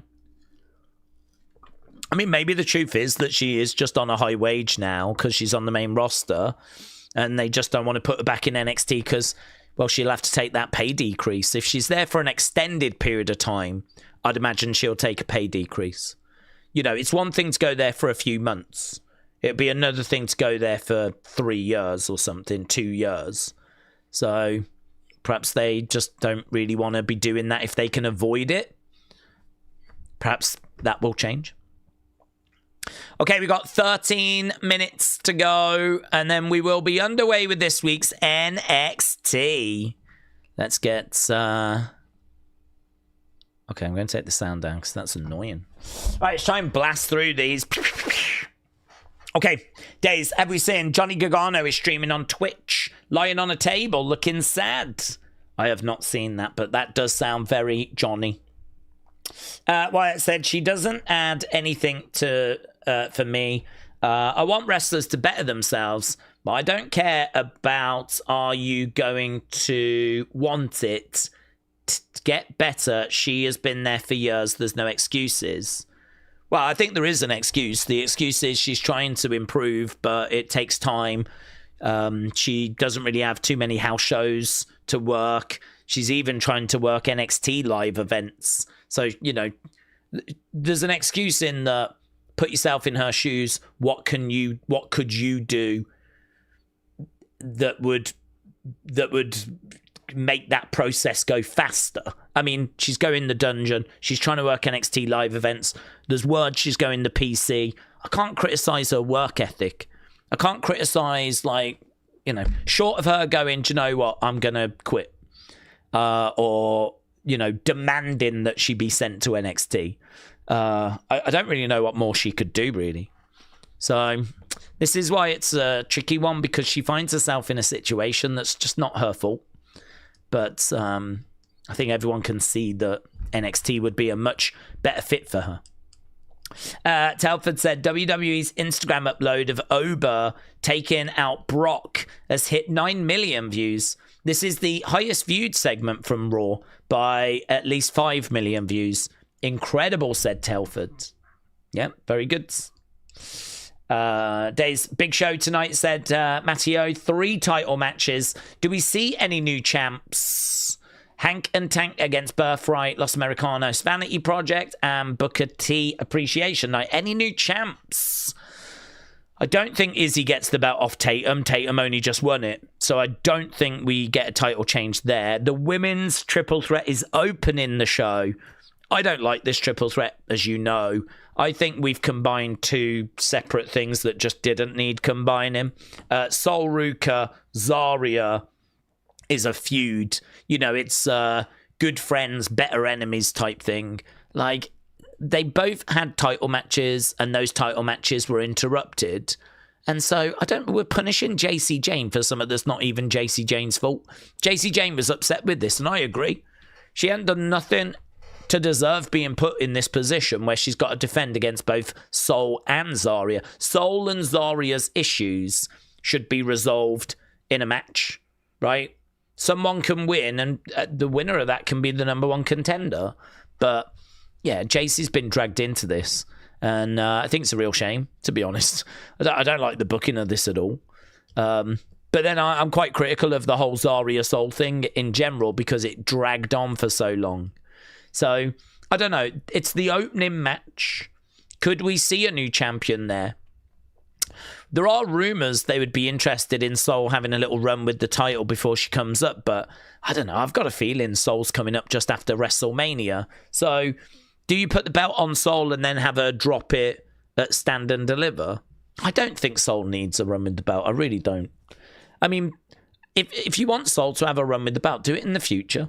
I mean, do you remember Becky, not long ago, came back to NXT to win the belt she never won? Do that with Sol. So, I mean, do Sol Zaria, then after WrestleMania call up Sol. Sol then focuses on main roster. Fast forward 5 years. Maybe Sol then can come back and try and get the NXT title that she never won. I don't know that we need to put the belt on her now to carry it for like a month. I mean, I don't know that she's coming up after WrestleMania, but we do normally call some people up after WrestleMania. So do we need her to carry the belt for a month? What are we going to do with that? She probably ain't even going to defend it. So it's like, no, I don't need that. I'd keep going with Jacy. I don't think we're calling anyone up this side of WrestleMania. So I'd just keep going with Jacy personally.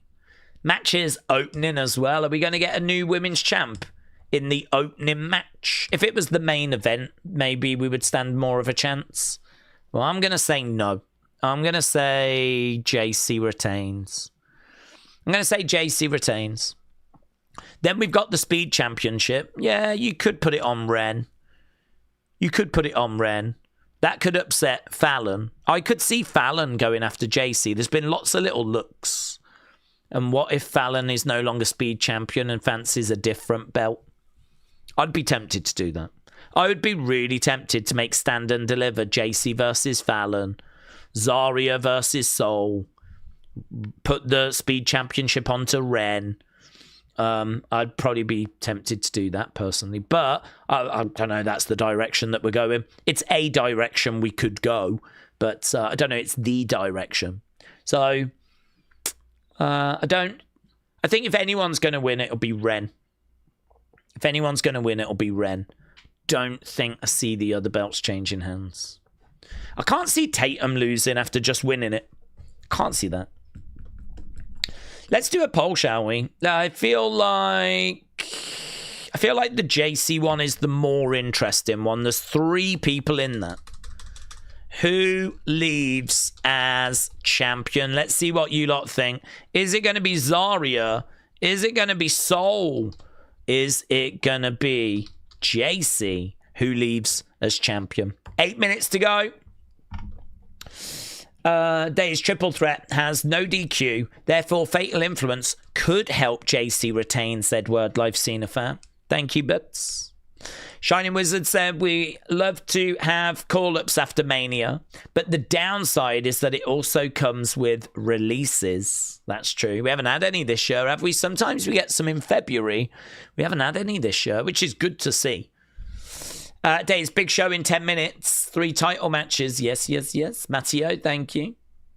Maybe they hold up on the call-ups a little longer. Maybe they give Soul a run and she gets called up after SummerSlam, like what they wanted to do with Ethan. Well, that would be better if they did that. If they put the belt on her and call her up after SummerSlam, I agree. That makes a bit more sense. I would still hold off on it because, well, I'm just not a fan of how we've got to this match tonight. And Jacy sort of losing this match would be a bit of a shame for the end of her title reign, to be honest, because I just think she's got caught up in so much she shouldn't have got caught up in, and it's not her fault. I would do Zaria Soul as a separate thing. Maybe the winner of Zaria Soul and Stand and Deliver could face Jacy. And we kind of do the winner against Jacy for the title after Stand and Deliver. That might be more palatable for me. But, I mean, look, they're going to do what they're going to do. If they are going to delay Soul's call up till after SummerSlam, perhaps they do go with her. I think Soul would be the most likely after Jacy. I don't think they put the belt on Zaria because that doesn't really make much sense. Soul, I don't think Zaria's close to a call up. I don't think Zaria's going up this year. Soul, I think, is. So I could see them doing what you said of putting the belt on Soul and then calling her up after SummerSlam. So she would be second favorite for me. For me personally, I'd keep it on Jacy. Zaria as the outsider, but yeah. Let's have a look. Let's see how it goes. It's the opening match as well. Again, does that just signify Jacy a bit more? If it was the main event, I think I'd be a bit more like, oh yeah, we could be getting a title change here. But opening match, she's got a chance. Definitely got a chance. Tony said, do you celebrate St. Patrick's Day? No. Happy St. Patrick's Day, and you. I think WWE should go back to WrestleMania Backlash. Yes. yeah, I mean, WrestleMania Backlash, I don't think it really worked. I think they were trying to capitalize on the WrestleMania name, but people know it's not WrestleMania. You could probably go back to that, as we said, if you are going to do WrestleMania in Saudi and you want to go bigger for Backlash. Make it like a big stadium show. And actually, if you go with the announcement of we want this to feel huge, much bigger than any previous Backlash, you know, this card's going to be stacked, we're going to do a stadium, and so it's worthy of the WrestleMania name. You could probably add that into the original initial announcement. But if you're just going to slap it on and just run an arena, I don't know. I think it kind of loses its impact, and that's what they tried to do last time. Do not answer William's question, said James. Do not answer. Well, yeah, no, I've learned that lesson a long time ago, but a long time ago. Michael, hello. Hope you're doing well. I have got a lion cub spirit companion in my house, said Sonny. I don't even know what that means. I don't even know what that means. William says facts. Okay, where are we? We are 3 minutes to go. 3 minutes to go. 3 minutes. Okay, we're starting off hot, aren't we, with that triple threat? And there's going to be plenty of Booker T appreciation on display.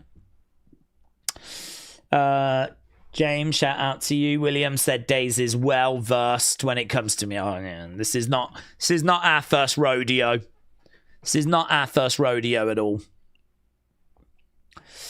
Michael said I almost got rid of my shingles. Oh, I'm sorry to hear that you're battling that, but Word Life Cena fan said we've got a 3-minute warning. We do. There's been a lack of TNA talent around recently as well, just to kind of add to the conversation we had about no main roster talent. You know, we've not had like TNA talent around. Long Beach said, I work all the arenas in Los Angeles with Aramark as an employer. You pick the events you want to work, part-time, full-time. Seniority helps. I show people to their seats. It's pretty easy. 30 years and it's got great perks. Long Beach hippie, shout out to you. They say, don't they, if you enjoy your job, you know, it's one of the best things you can do in life is to like enjoy your work. It's such a big part of our lives that if you find a job that you enjoy, it's worth its weight in gold. So glad that you've had such a good time. 30 years as well. That's congrats. Very impressive. Spawny said, does Stephanie show up for Booker T Appreciation Day? Well, I mean, she could do because she's in a relationship with Miles Bourne. I wouldn't be shocked that, you know, she is at these shows backstage. In fact, when he won the belt, I believe she was backstage. There was footage of her giving Miles a hug afterwards. So I believe she was backstage, actually, when Miles beat Ethan to get that North American Championship. Whether she would have gone to Houston, I have absolutely no idea. She might be backstage for the Performance Center shows. Whether she would go over to Houston, I don't know. I don't know what they would... I mean, I don't think that she particularly needs to be there, but yeah, it's interesting because I think that she is backstage sometimes at the Performance Center anyway. Days, I can't watch NXT. It's not in the US today. It's not in the US. What do you mean? Surely it's in the US. CW Network. Is there something else on instead? Here we go. Then, now, forever together. James said it's time. Boomer says it's time. Long Beach Hippie says NXT, baby. Let's go.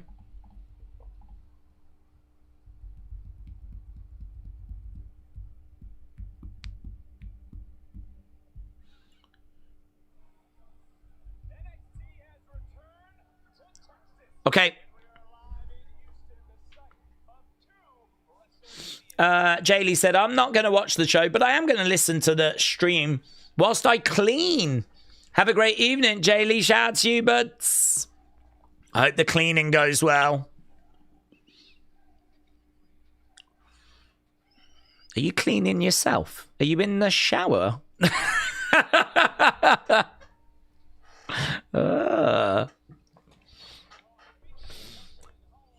Jaylee, shout out to you.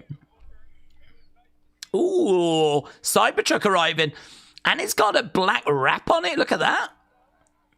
Oh, it's Booker's. Booker arriving in a blacked out Cybertruck. Let me know. Here's Tatum. Not leaving loads to the imagination.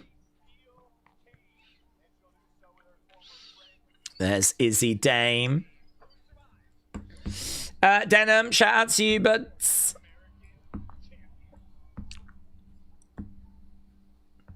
Okay, we're going straight into it. So we had Booker arrive, and now we're going into our triple threat.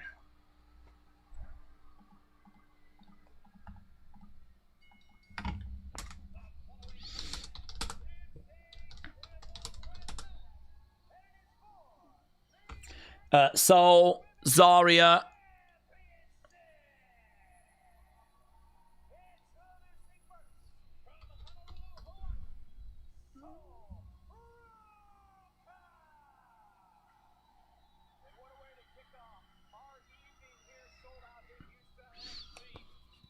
Yeah, it's fun, man. It's fun not being in the PC, isn't it?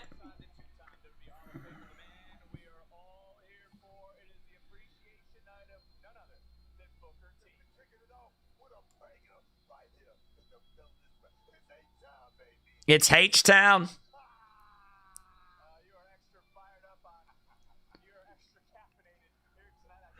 Here's Zaria.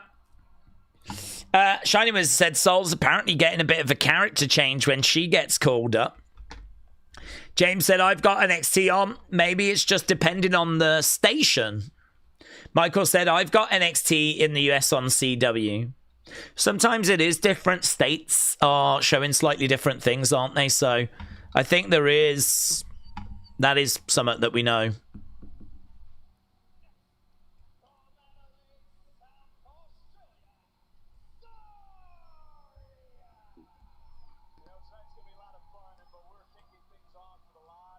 Can happen when there's like sports games on.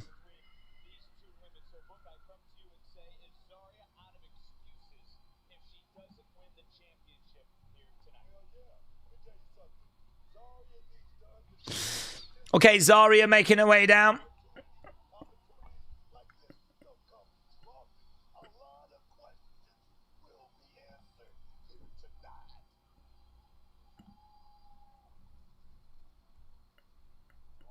Okay, Zaria, Soul, face to face. Referees in there trying to separate these two.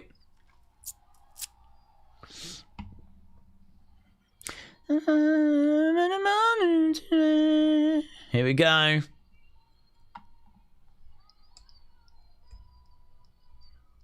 Fallon, Jacy, Laney. Fallon's got what looks to be some sort of St. Patrick's Day themed t-shirt.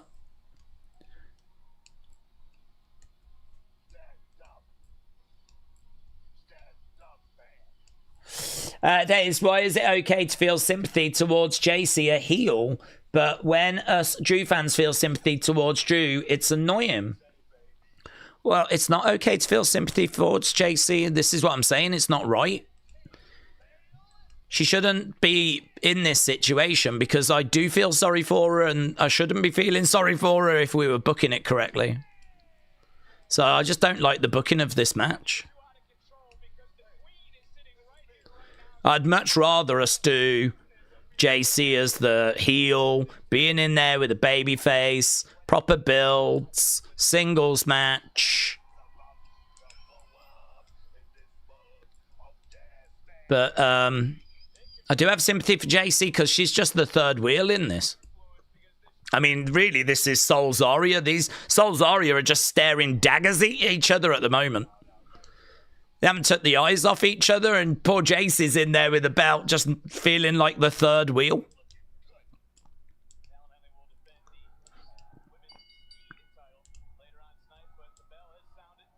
Okay, all three in the ring looking at each other at the moment.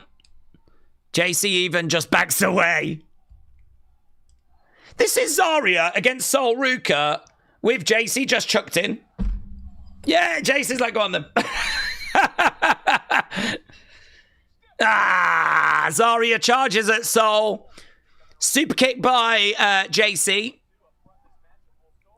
Headlock there by Jacy. Jacy going over against the ropes. 1, 2. Crucifix. Jacy, takedown, roll through. 1, 2, bridging up. Looking for a backslides. 1, just a 1 count.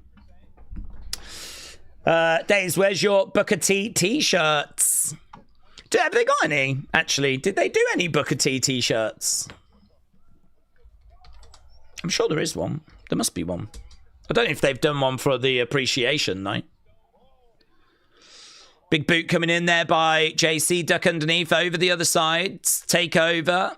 Soul in the corner. Big boot there by Zaria. Did they do? I don't think they did one, did they? Is there a Booker? I'm just looking, see if there's Booker T merch.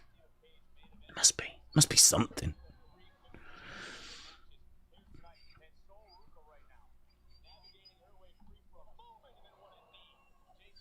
Yeah, there is a shirt. There we go. All hail the King Booker. Can you dig it? Sucker! So there isn't one for the appreciation night, but there is just a generic one that's on the website at the moment. You can actually get an autographed picture of Booker for $59.99. Or you can get a signed big gold belt as well for $600, or a signed pop for $125. I never really looked too much on WWE Shop. So just getting a little bit caught on that top rope as she went to the outsides. She got it though.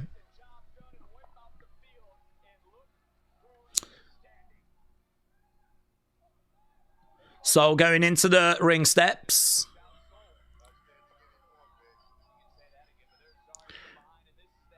Right now, Zaria picking up Jacy. Jacy on the edge of the ring. Big boot there by Jacy. Zaria goes down. Laney getting involved. We are seeing some outside interference from Fatal Influence. Soul down. Zaria down. Jacy in control. Dr. Digital said, I would have preferred a shucky ducky or a, oh yeah, man. Yeah, that would have been good. Oh yeah, man. Okay, we're staying with the action right now as we go to commercial break. Soul Ruca being thrown back into the ring. Jacy getting in as well. Charging over. Down goes Soul. Jacy looking for the cover. 2. Shoulder up. Shoulder up.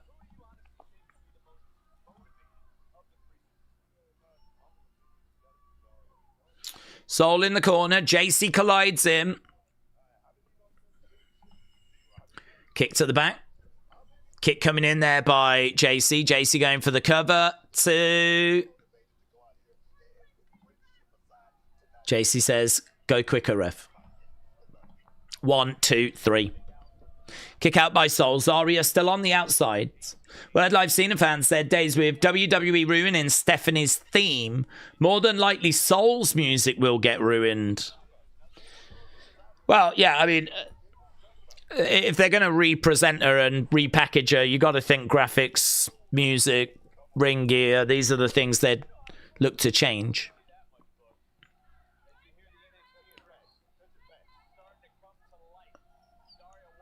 Who did she just say hi baby to? Jacy just said hi baby to someone. I don't know if it was Booker. Shot coming in there by Soul. The one fell short. You could see that one shot didn't connect. Forearm to the back there by Zaria. Soul spills to the outsides. Shot by Jacy. Oh. Do you know, it's funny, actually. We saw Jacy against Zaria. It was a really good match. We saw her against Soul. It was a really good match. I'll take either of these matches.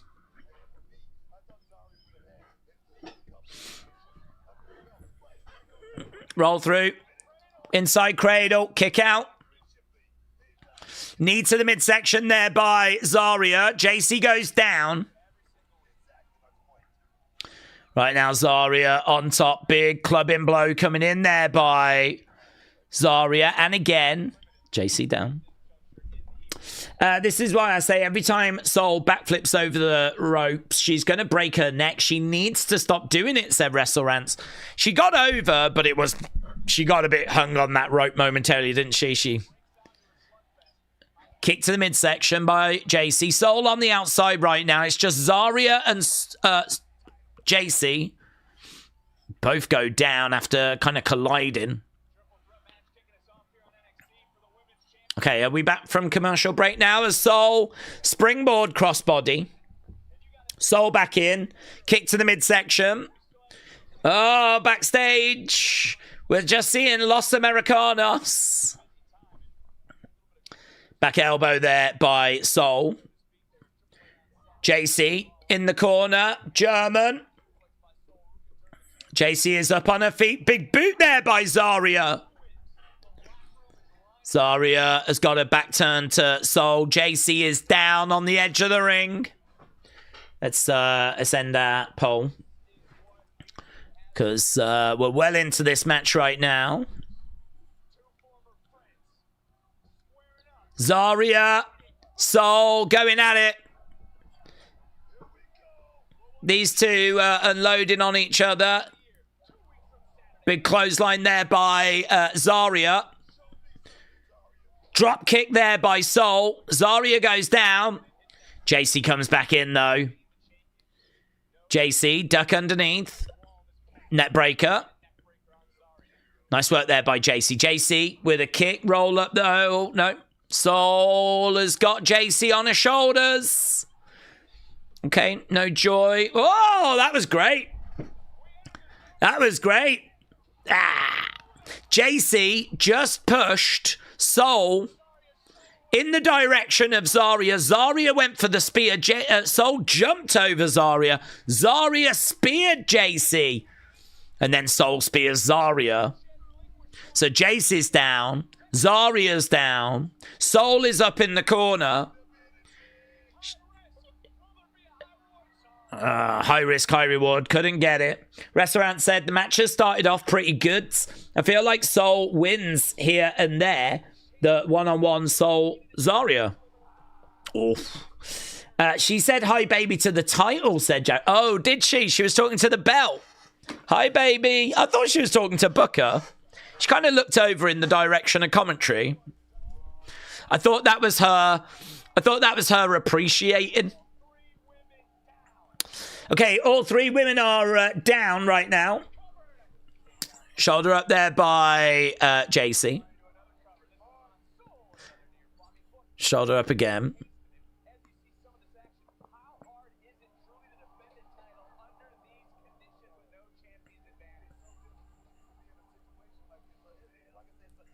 Okay, Jacy over against the ropes. Right now we got Soul getting her head smashed into the ring.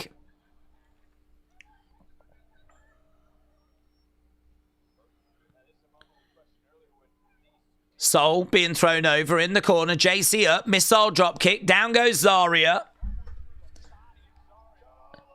Jacy cannonballs into the corner. Jacy going over the other side, cannonballing into Soul. Up on the shoulders. Chuck down. Zaria going for the pin. 1, 2, Soul makes the save. Kind of felt like she was going to make the save. Kind of felt like she would make the save. Kick coming in. Eddie Cox said, I'm just not a fan of Gunther. Oh, I don't think you're alone, but I think there's a few people that just aren't fans. Big clothesline to the outside. Some people find his character to be a little dry. I can understand that. Soul Snatcher by Soul. Down goes Jacy. She rolled her into... her foot's really sticking out there. Zaria grabbed it. So, Soul Snatcher to Jacy. Zaria pulls her out the ring. Okay, Fatal Influence. Trying to deal with Zaria. Fallon on the shoulders. Jacy tries to pin Soul. I think it's the ref. Oh, the ref there too. Jacy gets it. Okay, Jacy capitalizes.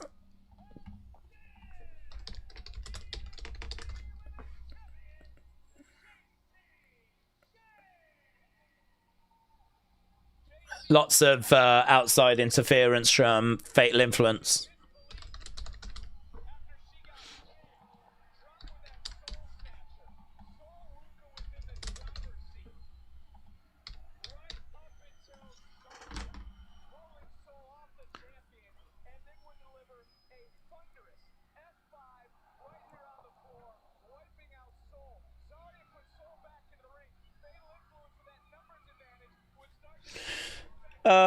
It's understandable. I hated Punk back in the day when he beat Jeff in a steel cage to retire Jeff. I cried, said Cooper. Okay, Soul celebrating in the... Well, say celebrating. She hasn't really got the energy to celebrate. She's actually being carried by Laney. I did it. I did it. Okay, we're backstage with Kendall and Wren. Here's Birthright.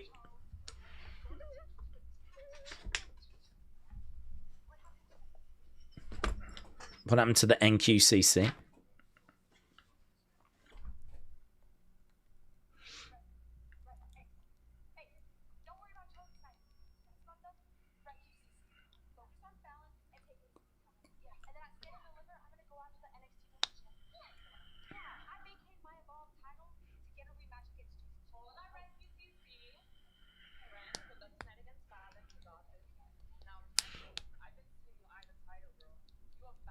You're a badass. We got Lola having a word with Kendall.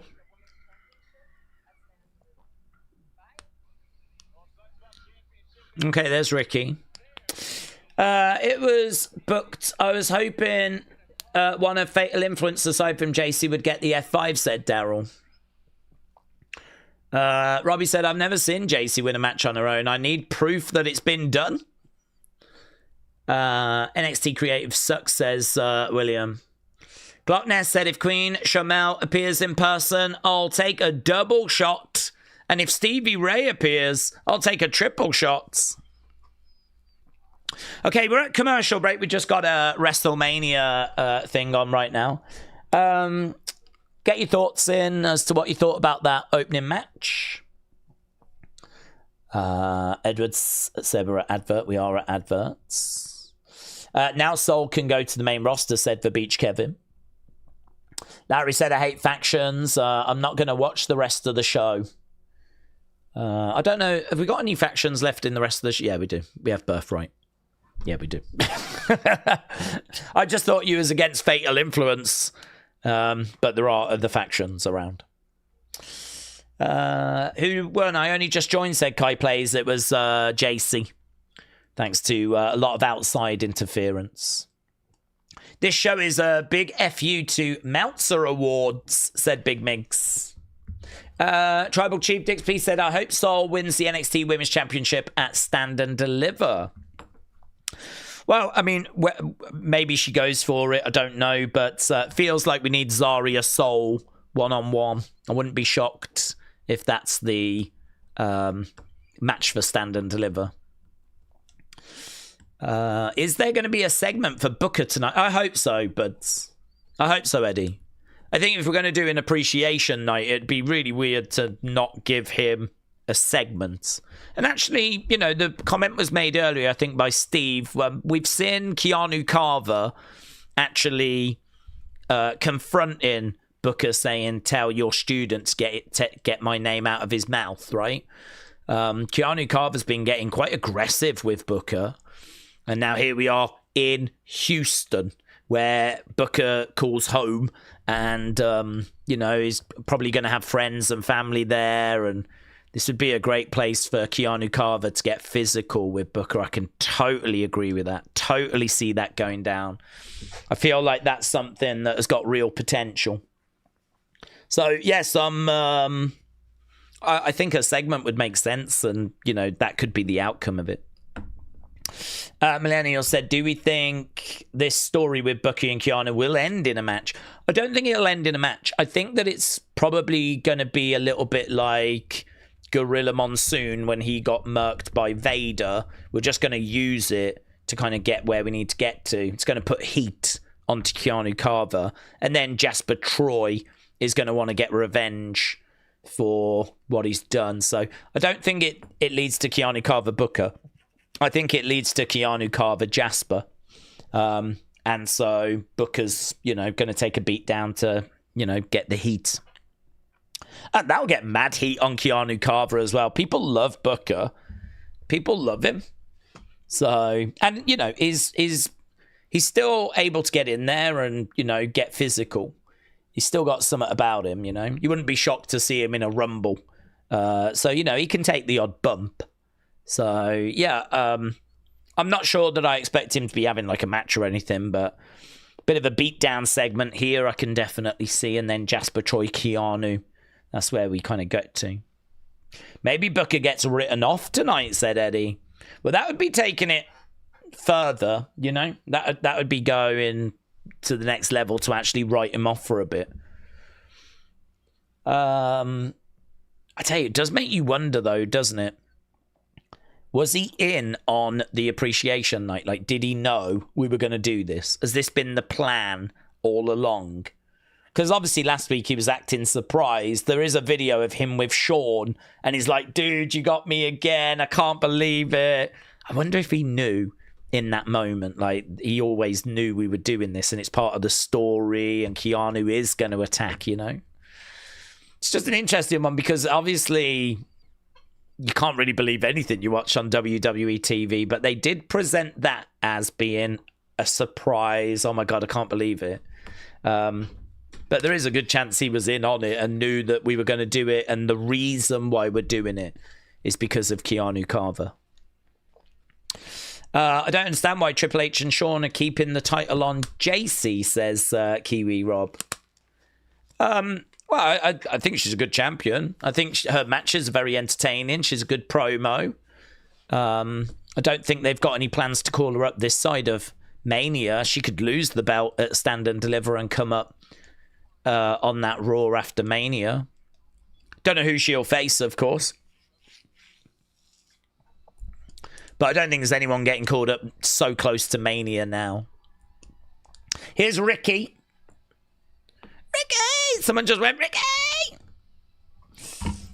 I think Sol will be on NXT and main roster at the same time, said Kai Plays. Dun. Okay, Ricky is coming down.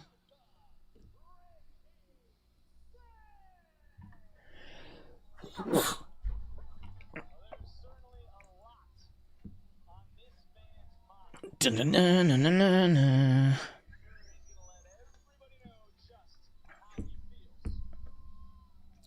Dun-dun-dun-dun-dun-dun. Oh, Ricky slipped! Ricky slipped! Ah! Ricky was in the corner and he went, whoa! And the camera just caught it. Just caught it. Yes. Yes. Yes. We catching Ricky slipping? Booker's loving it, man. Is he going to talk about it?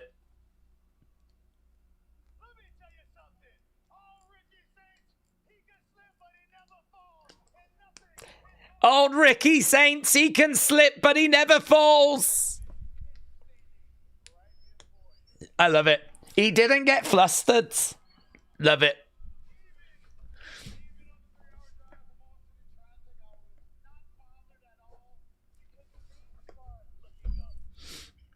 Oh, what? He had to drive.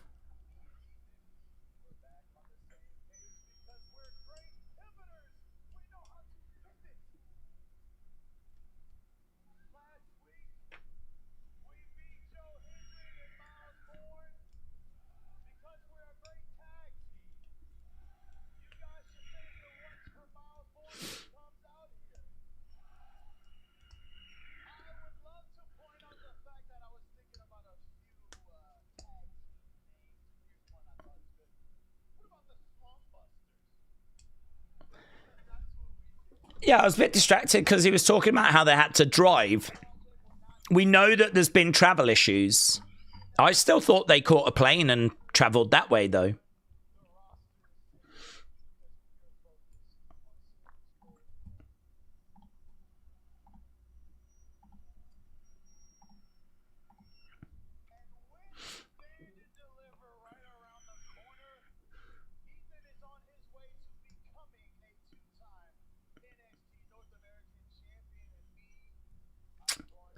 He's still not clicked, has he?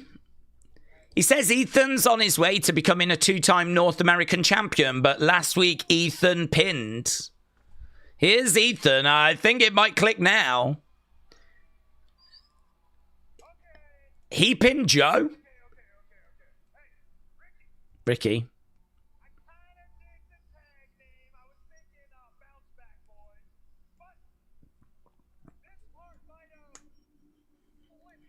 This part might have slipped your minds. Yeah.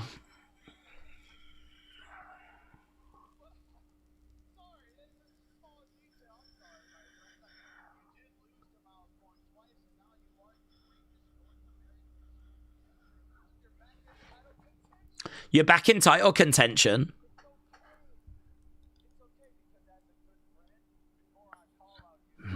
We all know where this is going, and I'm so excited to see it get there.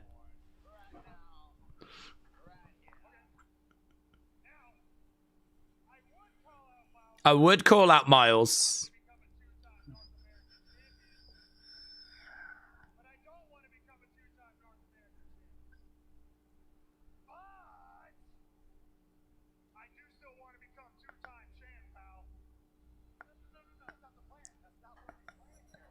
Here's Joe.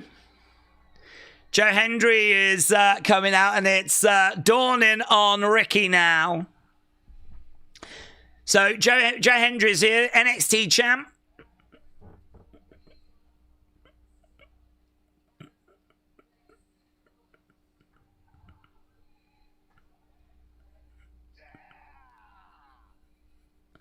Okay. Sing it, Booker, said Kappa.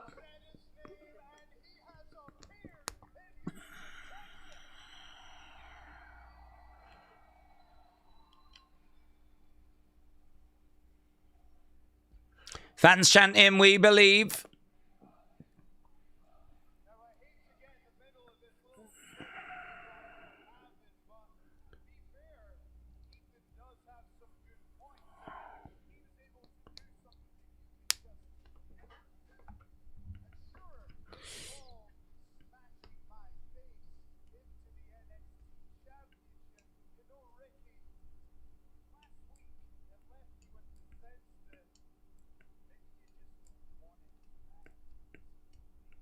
Maybe you don't want it as bad as Ethan, Ricky.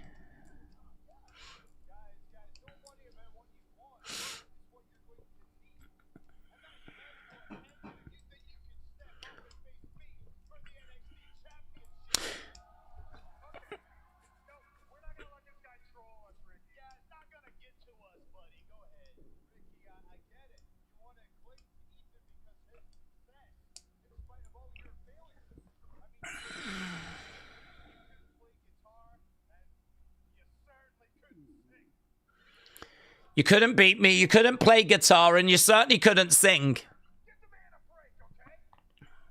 It'd been good there if Joe had said they had to take that segment down. It was so embarrassing because they did take it down.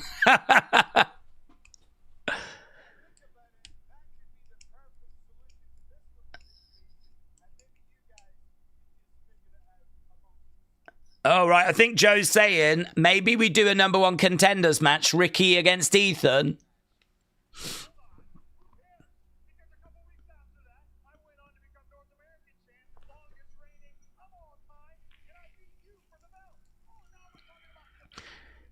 Okay, now these two are...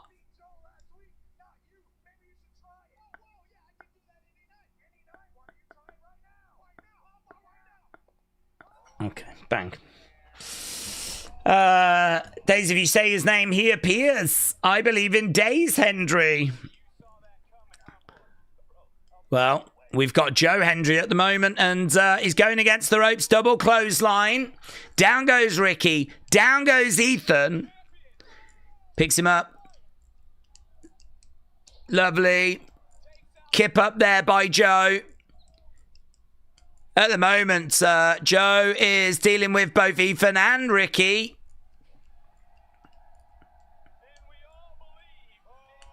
Ah, okay. New player just entered the game. New player just entered the game.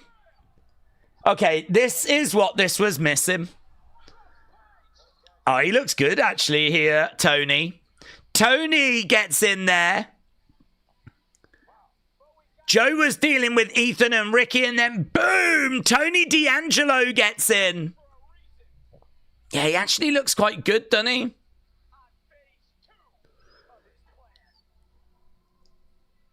It does feel a little bit Bron Breakker 2.0, but I liked it. I liked it. It could be a fatal four-way, said Cadet. It could. It could. Tony D. Yeah, fatal four-way. I'm not down on that. Joe, Tony, Ethan, Ricky.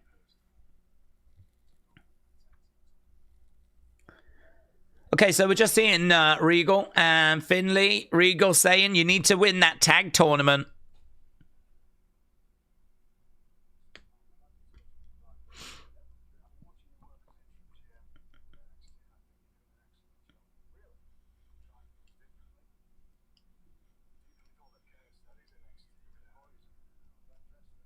You're not a bad dresser.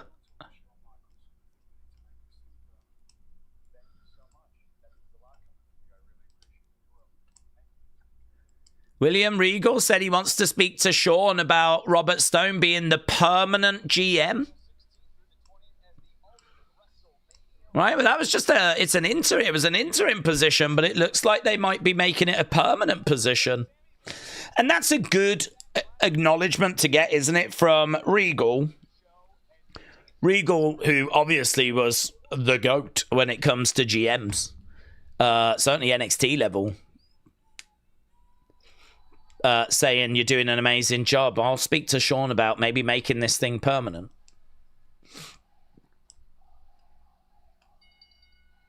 Gotta say, though, seeing Regal and the way that he carries himself and the size of him and how dignified he is, I didn't realise how much I missed him as GM.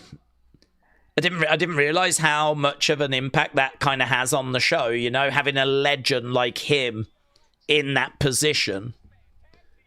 Just, I saw him then talking, and I was like, yeah, that feels so good. Regal feels so good in that position. Miss him, man. He was the best. He was the best. Okay, Los Americanos making their way down. Tony's taking that title, said Steve. Joe might get called up after Mania, or he could even make a Mania appearance since Stand and Deliver is earlier this year. That is true, actually. That's a good shout. I mean, people actually appearing at Mania and that being where they get called up is very, very possible because Stand and Deliver is earlier this year. It's like 2 weeks earlier, I think. It's like April 4th. We haven't got long till Stand and Deliver. We haven't got long at all. So we do need to be making some progress there. Shining Wizard said, are we saying that Regal makes decisions about GMs? No, I think he's just going to have a word with Sean. I think, Sean will listen to Regal because Regal was GM for so long. And I'm sure that Sean just really appreciates Regal's opinion in general. So if Regal was to go and go, we should make him permanent, I'm giving him my stamp of approval.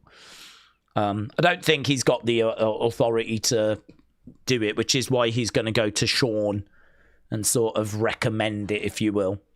So I'm not against that. I ain't got a problem with that. I'd imagine Sean would respect Regal's say after being in that role for so long. As much as I like Robert Stone as interim, I would rather it be someone else. Maybe Regal snakes him and becomes GM. Well, I do miss Regal. I mean, he was so good in that position. He was absolutely fantastic. Whether we did everything with him that we could, don't know. But I think, like, when you see someone like Regal on screen and it's got that credibility and it kind of felt good then. I mean, we know the AJ Styles could maybe be in that position. I know AJ wants to work with that next generation and maybe he doesn't want to be on TV every Tuesday. Perhaps it's not the role that he's interested in. But I don't know. I mean, look, if you offered me Paige, I would take it. If you offered me AJ Styles, I would take it. If you offered me Regal, I would take it. I can think of people I would rather than Robert Stone. Robert Stone's okay. He's okay. I just don't feel like he carries the same credibility. He's always been the joke character. So it's going to take a bit of time to kind of build that credibility up, I don't know. I don't like it as much as when Regal was in charge. But WWE, they might have looked at it and thought, no, it's fine. We'll do this. I'd be really tempted to give it Paige. I think she'd take it as well. Stone is doing a good job, though, said Tribal List. Finley, son of David Finley, recently debuted in AEW, said Tribal Ducks be Tribal Chief. He did. I'm excited for WrestleMania, said Dean. Can't wait to watch it with all of you. It's going to be good. Cards coming together, isn't it? Tony said, I can't believe Zaria and Soul got screwed out of the NXT Women's Championship, courtesy of Fatal Influence. Dark States are on the shelf at the moment, says Jam Quick. Okay, we are back from commercial break. We're already 40 minutes into this show. So we've had an opening match. Oh, we need to get the scores for that, actually. We've had an opening match and we've just had that segment. Now we've got Los Americanos. They're going to be taking on Vanity Project. Few boos ringing out for Vanity Project. Bum, bum, bum.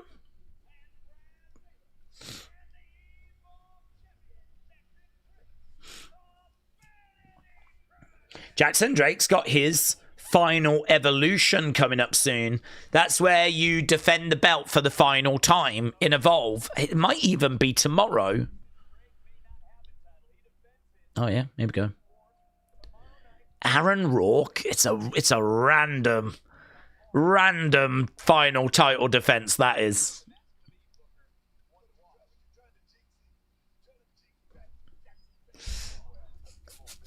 I like the poncho that Ryo's wearing. We've got a blue cowboy hat that Bravo's wearing as well. Vanity Project in the ring. Bum, bum, bum. Jared said, doing a good job. He put poor Jacy in a triple. It's true. very close with that opening match. Great 45%. Good 44%. So it's real low end great, high end good. But it does get great 53% for our opening match. Take that for an opener. Great 53. Okay. Crowd are olaying away. Ole, ole, ole, ole, ole. So crowds are in fine voice. Oh, it's a big 6-man. I didn't realise. That everyone was competing. It's a 6-man, so Jackson Drake's involved. So is El Grande.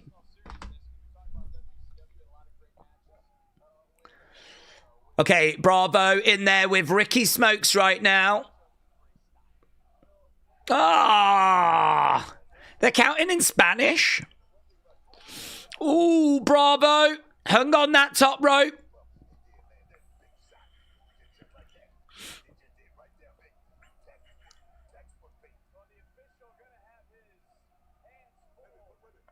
Oh, hello. We're doing a little bit of dance. Little bit of a dance from Vanity Projects. Bravo. Big crossbody. Clothesline.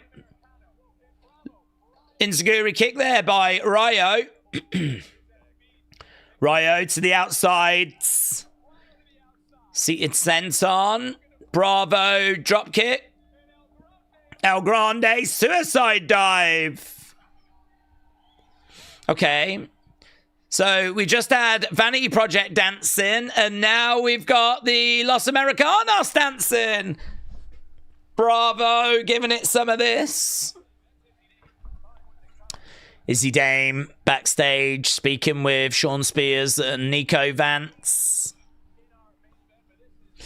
As much as I hate this for Bait and Done, at least they're being booked every week, says Robbie. Drake has got a bright future, said Shining Wizards. Alfie said random, but what time is Hall of Fame this year? Last year it was on at silly o'clock. I think it's silly o'clock again, because I think it's the Friday night. I think it's after SmackDown again. So I think it's going to be similar. Ryo. So everyone is back involved. Chop coming in by Ricky. Ricky throwing in a chop there to Ryo. Ryo unloading. Ricky grabbing Ryo. Going over against the ropes. Round the back. Tag was made. Brad Baylor. They are such a good team. Jackson's in as well. Nice. 1, 2. Kick out there by Ryo. Brad Baylor coming in. Ricky Smokes coming in. Los Americanos regrouping on the outside. Okay, booze ringing out. Today's my birthday. Is going to be on next week's SmackDown. I can talk to you guys on my birthday, said Kai Plays. Kai Plays, hope you have a good birthday, buds. That's good. If you're around, then... when did you say? The 27th. That's good. Chop coming in.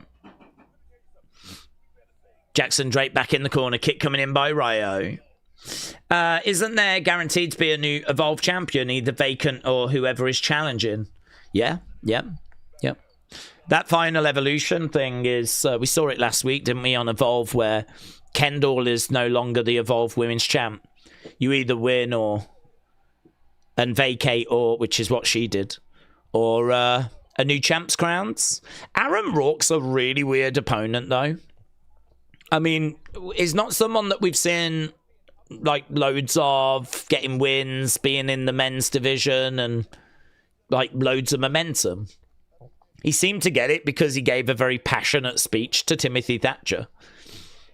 I'm here because I embody Evolve and I'm working hard and blah blah blah and all this kind of stuff. And it's like just really random. To be honest, I think they like him. They want to give him a shot. Whether they put the belt on him, though, I don't know. I don't think so. I think Jackson Jake probably retains and then vacates. It'll make it interesting tomorrow, though. Oh, big spear. 2.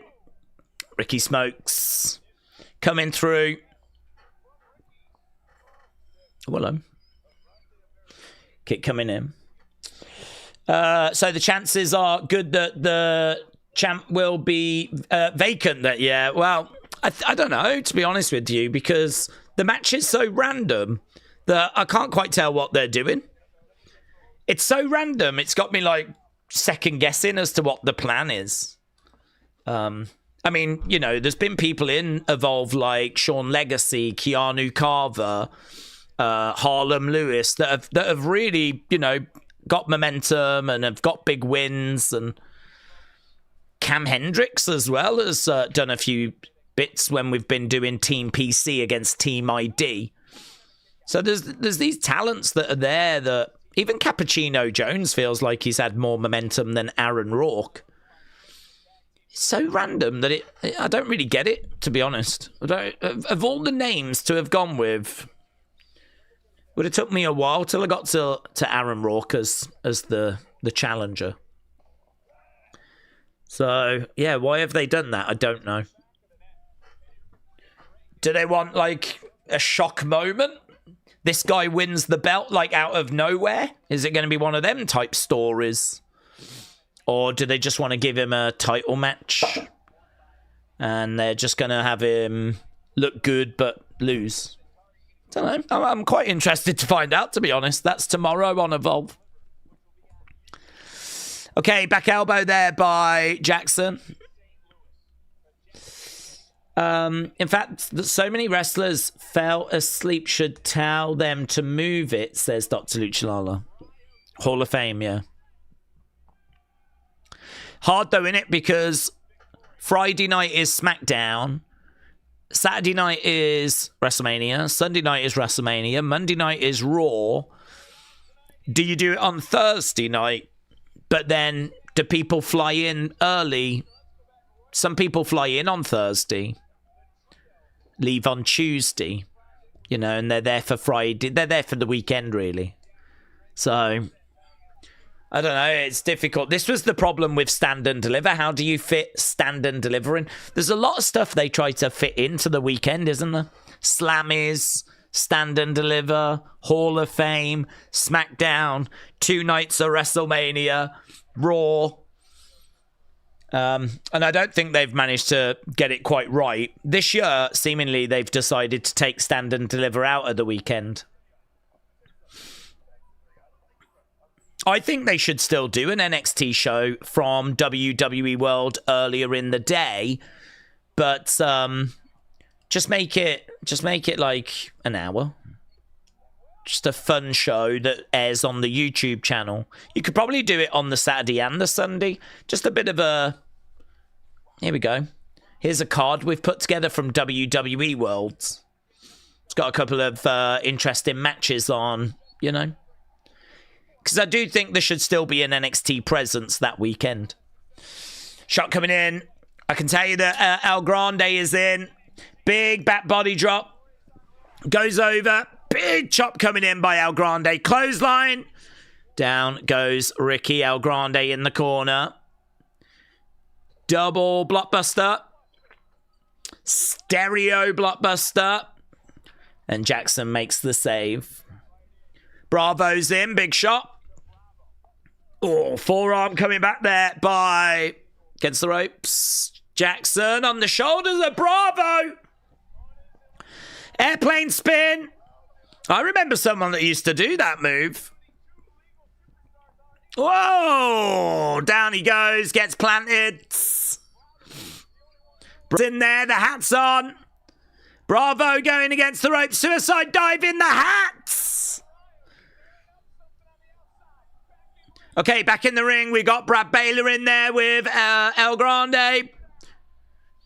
1, 2. Oh, Brad Baylor kicks out. God, that really felt like it was the end. That felt like where it was all going to wrap up. Too much showboating, says Booker. Jackson Drake's in. Kick coming in. El Grande goes down. Jackson Drake going over against the ropes. To the outside. El Grande's up. Jackson's in. He's got El Grande on his shoulders. Burning hammer. 1, 2. Kick out. I think it's genuinely amazing how Ludwig has managed to get himself over as this character, said Alex. Drop kick. Here we go. Oh, lovely work. 1, 2. Kick out. Jackson Drake thought he had it there, but it's a kick out by El Grande. They're really giving this match some time, aren't they? It's been some fun moments in this, though. It's not a chore to watch. Crowd are making more noise as well. Seems like the crowd have got even more into it.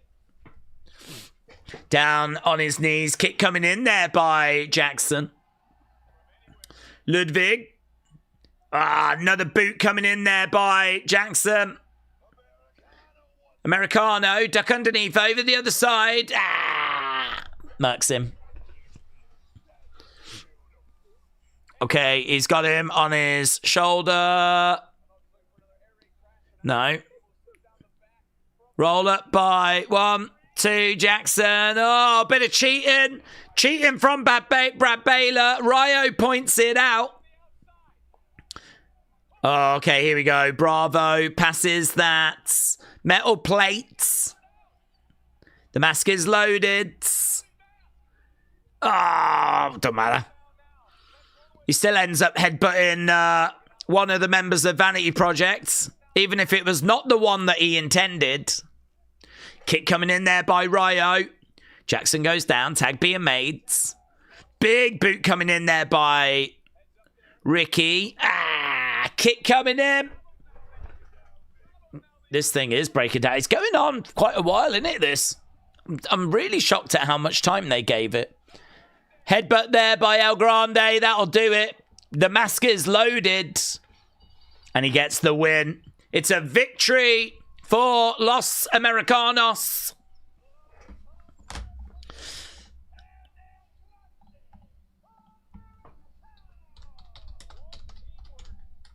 Olay. Must be pretty fun, actually, for Tyler Bate, Pete Dunne.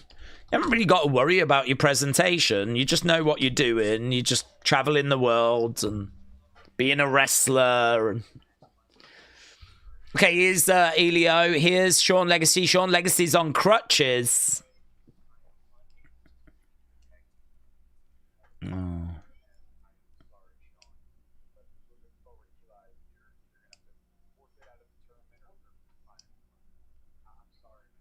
Sean Legacy's injured, so...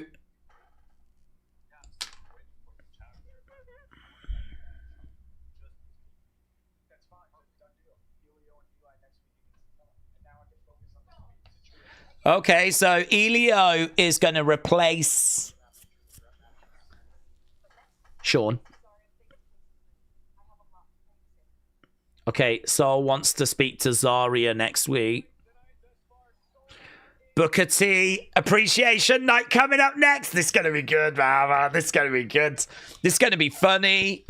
I'm sure this is going to be very entertaining. I don't know what the hell they've got planned, but I am here for it. Okay, Sleazeboy said to solve the hostilities between Rhea and Jade, my solution, and I quote Shinsuke, pillow fight. And afterwards they could have some pillow talk, said Sleazeboy. Well, there'd be a lot of people that would agree with you on that, but a lot of people would be in agreement that that might be the perfect way to resolve that situation. I think the only thing I'd say is maybe we need to get some other women in there as well, you know, just so it doesn't get too out of control, of course. Okay, Los Americanos versus Vanity Project. Get your scores in. What did you think about that match? Okay, as soon as we come back, it's Booker T Appreciation Night. Alex said, if Booker doesn't hit a spinneroonie with Vic, I'm gonna be disappointed. Blake said, Rhea would put a brick in that pillowcase. That is true, actually. I wonder if that guy is going to interrupt, said Suzanne. It's what we're going to be watching for. Jim said, maybe Zaria will confess their true feelings for each other. Maybe that should be a pillow fight as well, actually. Vanity Project used to wrestle for my local indie promotion, says Dirks B Tribal Chief. It's crazy to see how far they've come. They're great. They do a great job. El Grande and Chelsea are my two favourite characters right now, said Wrestle Squatch. Kiwi said Booker wasn't even born in Texas. Now, I think he calls it home now, though, doesn't he? I think it's where he lives. I think so. Sleazeboy said, for Pillow Talk segment, Rhea, Jade are sitting on a bed. He's mapped this all out. Sleazeboy has given this so much thought. This thing has been absolutely planned out second by second. So for the Pillow Talk segment, Rhea and Jade are sitting on a bed. They're holding their pillows. They're painting their nails. How are they doing that? How are they holding the pillows and painting their nails? Maybe the pillow is just on the lap and they're painting their nails on the pillow. I don't see how you can do both. But, okay, whatever. Painting, and they're giggling as well. Okay, yeah. The fumes, to be honest. The fumes from the paint will probably do that. And they're talking about their favourite Backstreet Boys. Oh, my God. Aaron.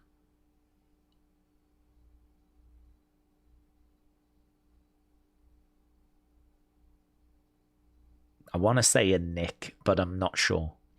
But then a brawl ensues. Oh my God, I could have read more. I could have read more of that, Sleazeboy. You had me. It was a real page turner, that one. I was like, oh yeah, and then what happens? What next? Although you have got me wanting to just search Backstreet Boys to see if there is actually a Nick that was part of the group. There was an Aaron. I know that much. There was a Nick. I knew it. I blooming knew it. Nick Carter was part of the group. Was there not an Aaron? I can't see an Aaron. Who was the Aaron? Well, what was he in? Was he in NSYNC, maybe?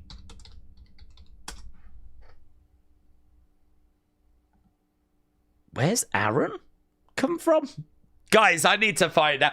Aaron, is there an Aaron Carter or something? Yes.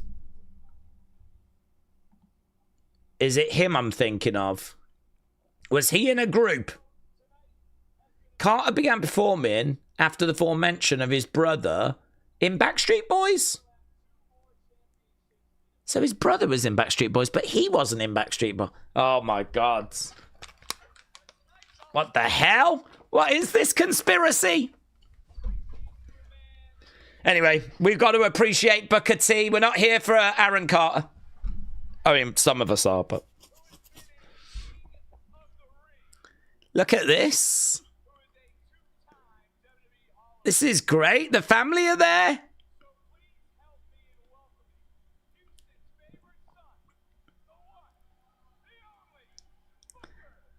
Oh, look, there's like tears in the eyes and everything.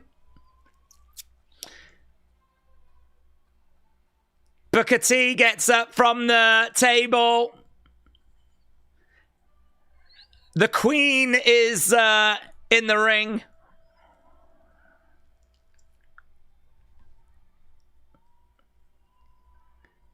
Booker T Appreciation Night in full effects. Booker gets in. Ah, oh, so good.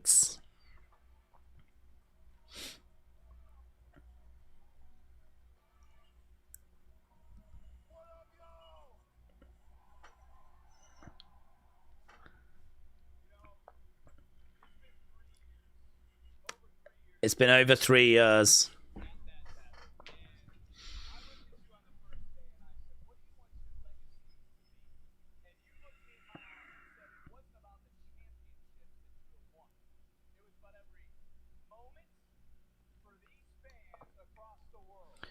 It's not about championships, it's about moments.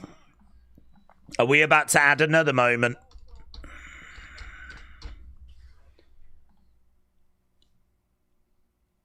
Oh, we got a little video package.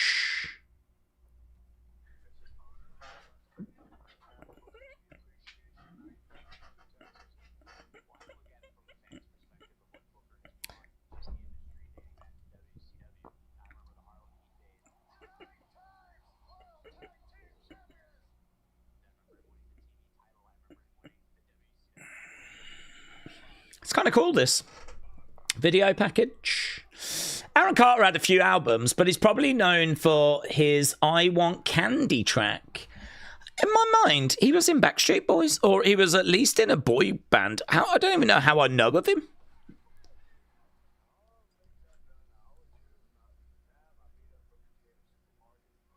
Of all the things that I've done, I only ever hear about when I beat up Booker in a supermarket, says Stone Cold. That was legendary, wasn't it?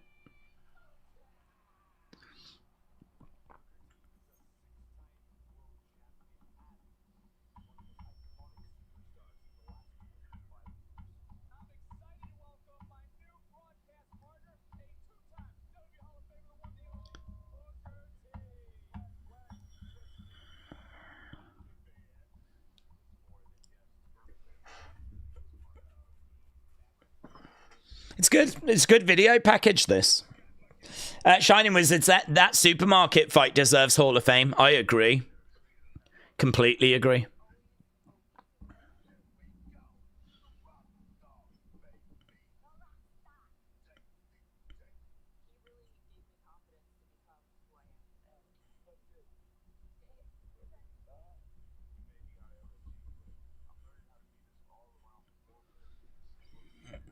Okay, there's Jasper.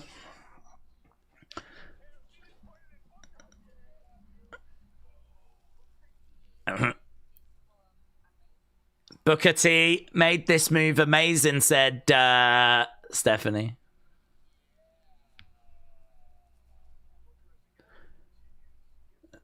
Oh, yeah, I mean, Roxanne, I mean, blooming hell. What he's done for her. Trick.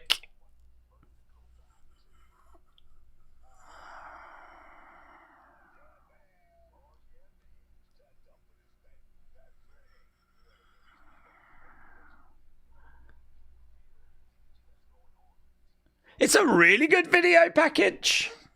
Love Booker T, said Phantom.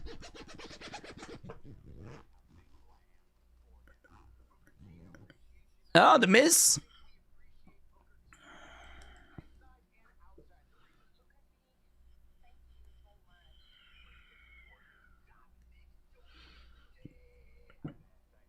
I believe in you, Henry.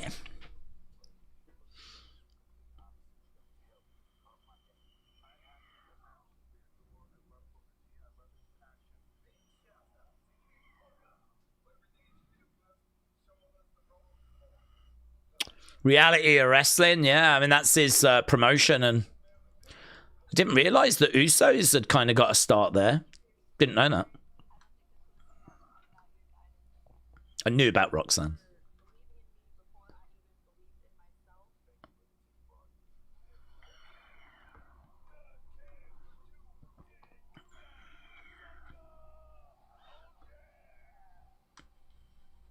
Great. Yeah, great. Great video package. Really good.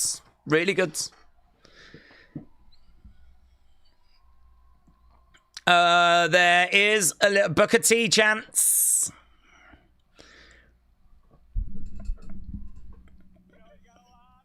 Oh, look, the tears in the eyes, man. Booker's crying.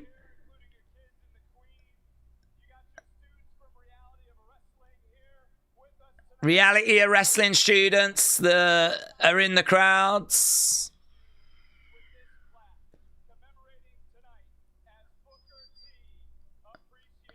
And we've got a Booker T Appreciation Night plaque.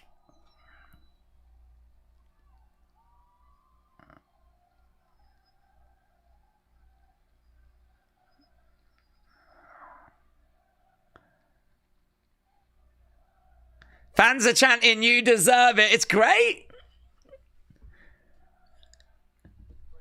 He's really struggling with the emotion of it.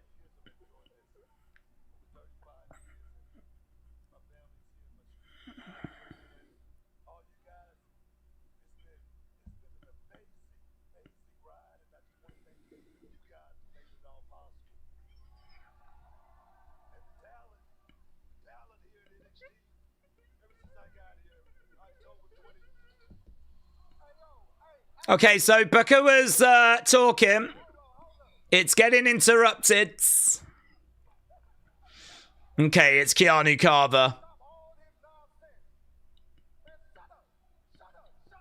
Keanu Carver interrupts him.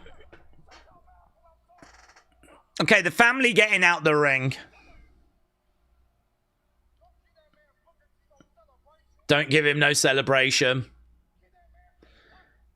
Yeah, we've got some reality wrestling stars jumping out, going after Keanu, is murking him. Boom, mate! Into the ring steps. Oh, you've got 10 seconds to get out of my ring, says Keanu. It's kicking off, man. It's really kicking off. Booker's staying in the ring. Goes to the outsides. Keanu and Booker. Okay, here's Jasper Troy. Jasper Troy's coming down. Booker ends up getting out the ring. Booker might want to get, like, off the edge of the ring. Picks him up. Goes down against the ropes. Clothesline, Jasper Troy. Clotheslines Keanu. Out the ring. Booker gets back in.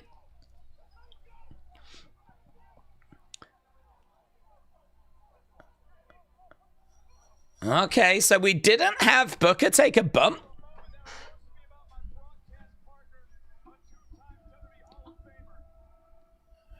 Troy looks better without the stupid chains.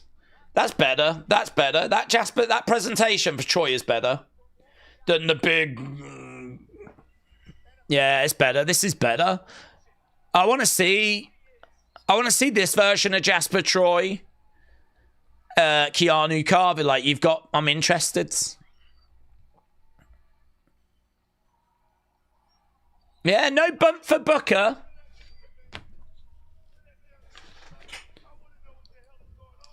Okay, hang on. What's Booker?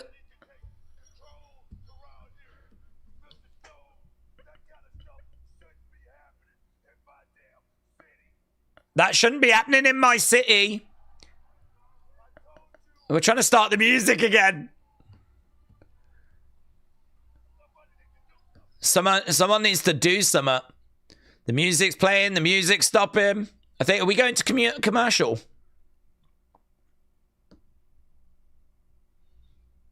Okay, we've got everyone that's... It's a bit of a weird vibe at the moment, isn't it? Like, everyone's out there applauding, but, like, Booker's angry. So everyone's like,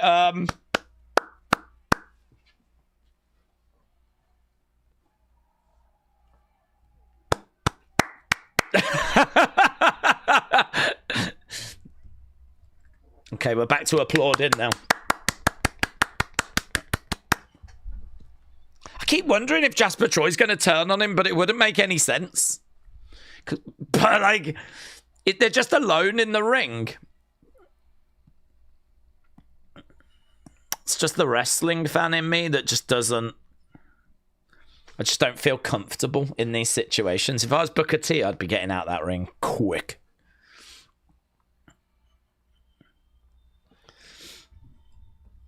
Okay, Booker goes over to the ropes. He starts stepping through the rope, but doesn't quite get out. No, getting out.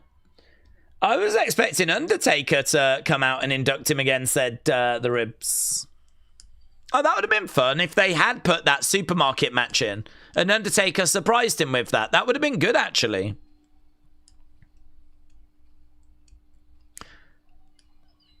Well, this is new music for Wren, isn't it?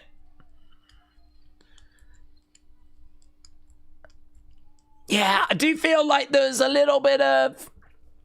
I was expecting him to get attacked and he didn't. I think we did a great job of honouring him. Perhaps he just doesn't want to take a bump now. Oh, hello. Did she just catch Kendall then momentarily? She just turned around and apologised to her. It's going to be a speed match coming up. Steve said, I'm not a Jasper Troy fan, but the segment was good. Jasper looked much better without those chains and the weird gear. I'm with you, I agree. Problem with that is that Stone Cold already went in for a match last year. Yeah, I suppose that's true. I suppose they wouldn't want to put Stone Cold in 2 years in a row. It was him and Brett, wasn't it? Yeah.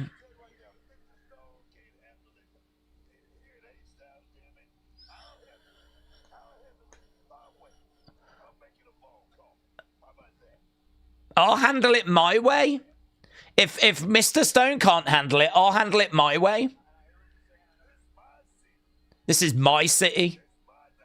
This is my night.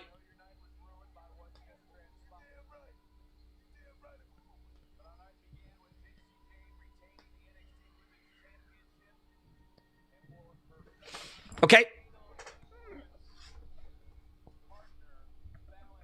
Fallon Henley in the ring then.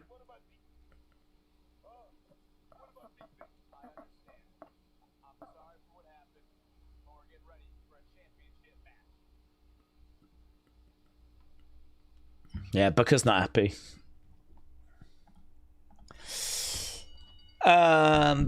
Speed, yeah.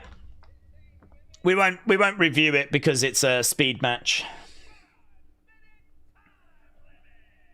Okay, that 6-man tag match you lot said was great 62, so you enjoyed it. I feel like we should review the Booker segment, really.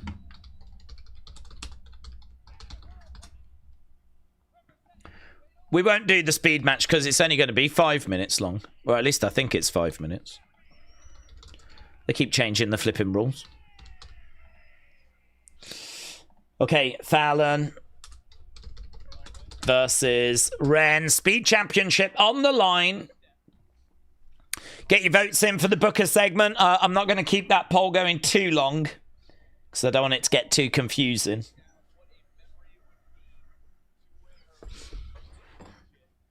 Let's go Wren is the chant. Let's go Wren being chanted by the fans. The bell has sounded and we are underway. I'm going to do my job, says Booker. And it is 5 minutes on the clock. Fallon in green. Oh, big right hand there by Fallon. Chop coming in there by Fallon. Wren going on the shoulders, down on the feet. Fallon against the ropes. Oh, boom. Going for the cover. Roll through. 2. 2 for Wren. Nice roll.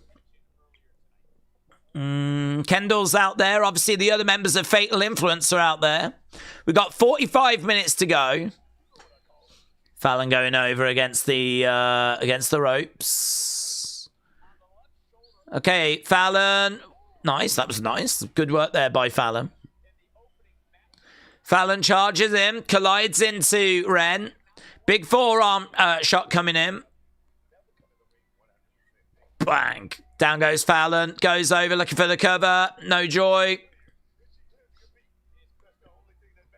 She keeps messing with her attire. That sort of belt thing keeps sort of slipping down. She keeps having to like readjust it. I don't think this gear is really working well for her tonight. Seems to be a bit distracting. Knee to the midsection. Again, she goes back. That's the 3rd time I've seen her like having to adjust it. Wren, double underhook. Lovely. 1, 2, shoulder up. I would have took a Jasper doing a spinneroonie, said Suzanne. I would have took that as well, Suzanne, yes. Okay, right now we've got a stretch, or she's trying to get a stretch. No, Wren to the outside. Okay, we got Big shot coming in there by Wren. Fallon going down. Boot coming in there by Fallon as Wren spills to the outsides. Fallon going to the outsides. Oh my God, even a leg bits like leggings are flipping round. Oh, okay, Wren moves out the way. Jump there by Fallon. Big kick coming in. Bang. Face plants. Just over 2 minutes. 2 minutes. Just over 2 minutes. Quick kick. Duck underneath. Over the other side. Down she goes. When will we do Daze Appreciation Night? That's every night. There's not a night that we stream where we're not doing Daze Appreciation Night. I feel like yesterday was Daze Appreciation Night with some of the lovely messages people were putting in. Jared said, do you remember when Vince was offended by a plaque? Lol, said Jared. That was a nice touch, actually, Jared. That plaque. Because I didn't know what they were going to do in that segment, but actually giving him some... I really thought that was getting smashed over his head, though. Reversed. 1, 2...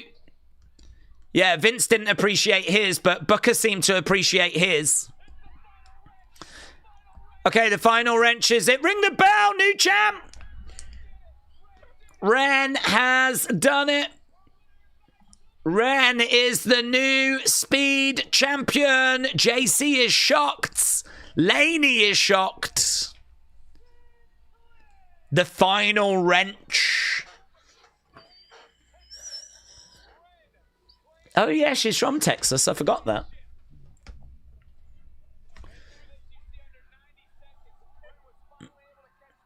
I'm surprised that they had it with still plenty of time. I didn't really think that was going to be the finish because I thought there was still plenty of time left, so we'd probably get a bit closer.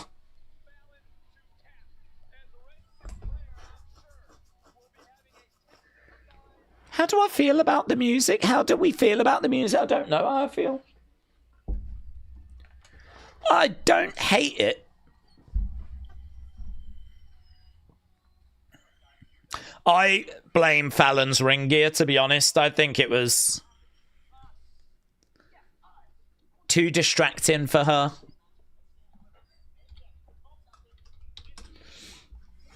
Wednesday tomorrow should be pretty fun.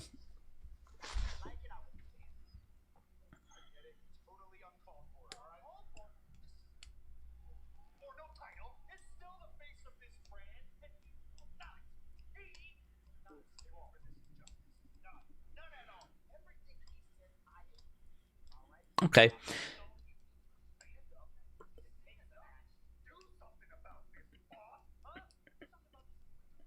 I thought he was going to say, you need to stand up and you need to start delivering.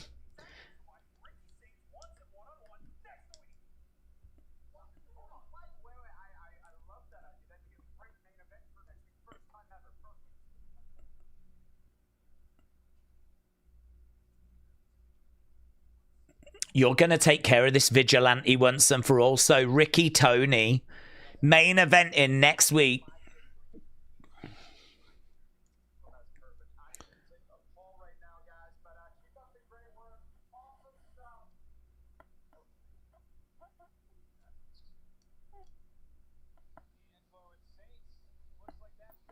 Okay, we got Hank and Tank. Hank and Tank are making their way down. Honk honk. They're going to be in action in this tag team tournament match. Daze, Trini and I are very close friends. Trini has personally admitted that she is sexually attracted to me. Understandable. I think pretty much everyone in the community is. She could never let you know, though, because it would destroy her heart if you rejected her. Listen, she's not alone. She's not alone. And I've long suspected that anyway, to be honest, so no embarrassment required. As far as I'm concerned, nothing has changed. Okay, we've got an advert for Stand and Deliver.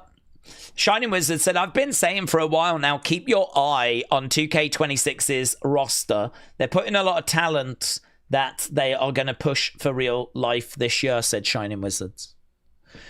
Wrestle with Andy said, Daze, Hank and Tank would have been the kind of wrestlers that could stay on the main roster for over a decade just doing house shows when they did them, said Wrestle Andy. Yeah, I could see that.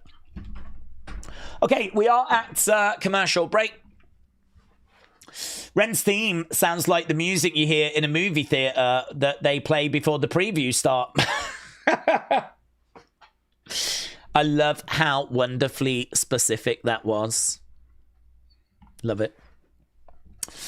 Daze, there's a new Queen Elizabeth II Funko Pop on the Funko website. Is it her dead? I mean, what new Funko Pop could they have come out with? Really, the biggest news that's happened in the Queen Elizabeth II world is her dying. So, if that's what they've done, I've got to say, is it her lying in state? Because I think that's quite classless, to be honest. As one of her subjects, one of her loyal subjects, I would find that deeply offensive. I saw a video, actually. Funko are really struggling. Apparently, they're really struggling. They've got big debts. They hardly make any money off, like, obviously, the pop vinyls that they sell, which is why they make so many, because they don't make much off each one. And apparently, the cost of licenses and the resale market has collapsed. And, yeah. They have just they have just flooded the market, haven't they? Absolutely flooded. Whenever you go to conventions now, there's just flipping pop vinyls everywhere. So I know people enjoy collecting them, but yeah, I heard that they're struggling. And if they've gone and released one of the dead Queen, that might be it. I'm not surprised with the prices they sell them at, says Samurai. Is there a Queen Elizabeth Funko? There is, actually, yeah. They've done the royal family, genuinely. You could get Queen Elizabeth. You could get Diana. Didn't they do Charles? I think they did Charles, maybe William. There was a few that they did, yeah. No one is safe from being Funko Popped. V85 said Funko Pops are better than Beanie Babies. Probably. I have some Funko Pops. I do not have any Beanie Babies, so there probably is some truth to that. Humpty said never oversaturate the market. I've got Queen Elizabeth in a pink dress with a corgi. Nice. Princess Diana's favourite song is Dirty Diana by Michael Jackson, says Humpty. That's a fun fact. I'm looking for more Kurt Cobain and Amy Winehouse Funkos. Do you collect dead people, Spawny Boy? Because there might be a new Queen Elizabeth one on the way that you might enjoy. Are we getting the shape-shifting lizard chase edition? What, of Queen Elizabeth? I mean, I would. I mean, joking aside, if they released it, yes, I would. Sounds sick.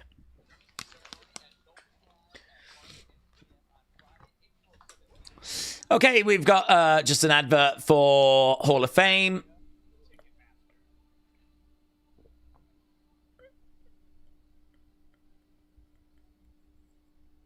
He gets the good job of telling people they're in the Hall of Fame. I think the other side of it should be he has to tell people that aren't in the Hall of Fame. It's all well and good, Undertaker going around saying, congrats, you're in the Hall of Fame, but life is all about yin and yang, isn't it? He should have to call people up and say, you're not in this year. Should be a list of like 50 people he has to call every year to tell him if they're in or not this year. Because he's got it too good. Too good. Getting to deliver the fun news.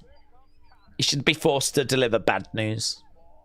Perhaps we should have Undertaker tell people when they've been released. Ah, you want to tell people when they're going in the Hall of Fame and have that lovely warm feeling. Right, well, yin and yang, my friend. You've also got to tell people when they've lost their jobs. Yeah, you can't have one without the other.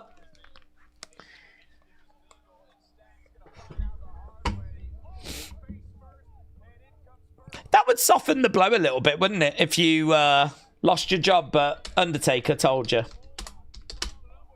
I mean, not much. But a little bit. Certainly if you've never spoke to him before. Oh, it would suck though, actually. The only time you speak to Undertaker, he tells you you've lost your job. That would change how you view him. Okay, Hank and Tank in action against Birthright. This is first round of this tournament. Shouldn't it be Triple H, said Bishop. What, that tells people they've lost their jobs? No. Triple H just constantly wants to get himself in front of cameras. If there's no cameras involved, then he's not interested. If there's no way of telling us this is a new era, he's not interested. Big boot to the side of the head there by Uriah Connor. Stacks collides into Hank. Goes for the cover. 1, 2. Kick out. Birthright sucks. And they're stupid, said Suzanne. I feel like Taker would be pretty chilled about it, said Alex. He probably would, actually. Scottish Chris said Birthright is worse than Cena tapping out to Gunther. Ooh. That level bad. They need to come out with a Carmen live Funko Pop. The community would eat that shiz up, said Dr. Lee. Oh my god, yes. Yes. Little button on the back where he just talks about going to ARW Pro and Hammond, Indiana. Tag being made. Here's Tank. Stacks goes down. Uriah Connors goes down. Bah! There's a real fast pace to this, you know. Against the ropes. To the outside. Kick coming in there by Connors. Big knee. Oh, the belly boy. There's some extra vibes going on this week because of us being in Houston. Obviously, a bigger crowds. Ah, he goes over to Booker 5-time. 5-time. Look at that. I mean, he's murking everyone and still finds time to appreciate. Respect. Hank getting driven over in the corner. Joe, shout out to you. Hello, handsome. Let's try that trend again. Well, I felt like that was yesterday. It was very much appreciated. I'm still running off the fumes. It was Daze Appreciation Night yesterday. It's Booker Appreciation Night tonight. Ah. Joe, I hope you're doing well, buds. 1, 2, 3. Oh, mate, that was so close. But Connors did make it in time. Ariana Grace on the outside, the current TNA Knockouts Women's Champion. Alex said, I just will not take Charlie Dempsey slander. That crosses the line. Kick coming in, no joy. Kick there, down goes Tank. We've still got a cage match to come. If you are just joining us, wondering what's left, a steel cage match. Tatum Paxley against Izzi Dame. Oh, boo! Stacks getting planted. Belly boys. Oh, Lexis is in. Lexis just got belly boyed. Stacks. Oh, Uriah's in. 1, 2. Uriah, oh my God. I feel like Hank and Tank did all the work and Birthright steal it. Hank and Tank lose. Hank and Tank lose in round 1.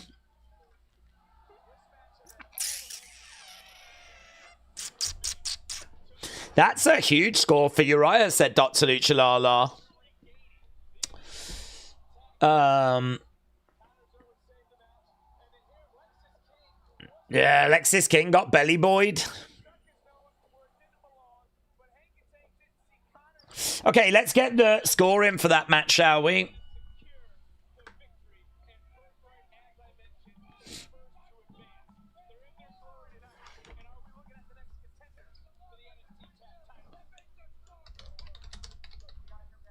Okay, here's Joe.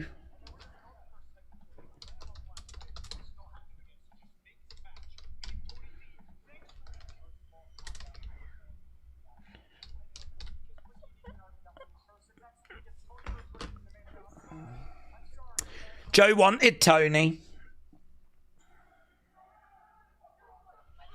Outside we got fighting. It's Dark State and OTM.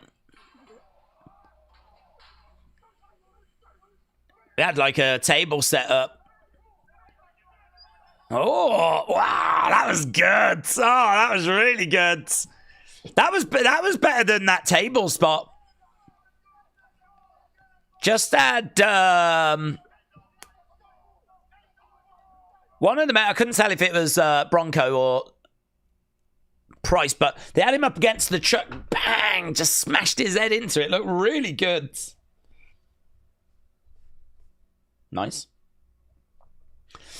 Days, I might be getting more Funkos at the market tomorrow. Maybe 1, 2, depending on the price. That'll get me to 104 or 105.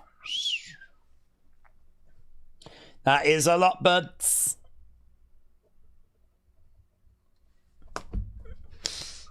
Okay. I wonder if OTM and Dark State fought all the way from the... Yes, Scottish Chris, you're right.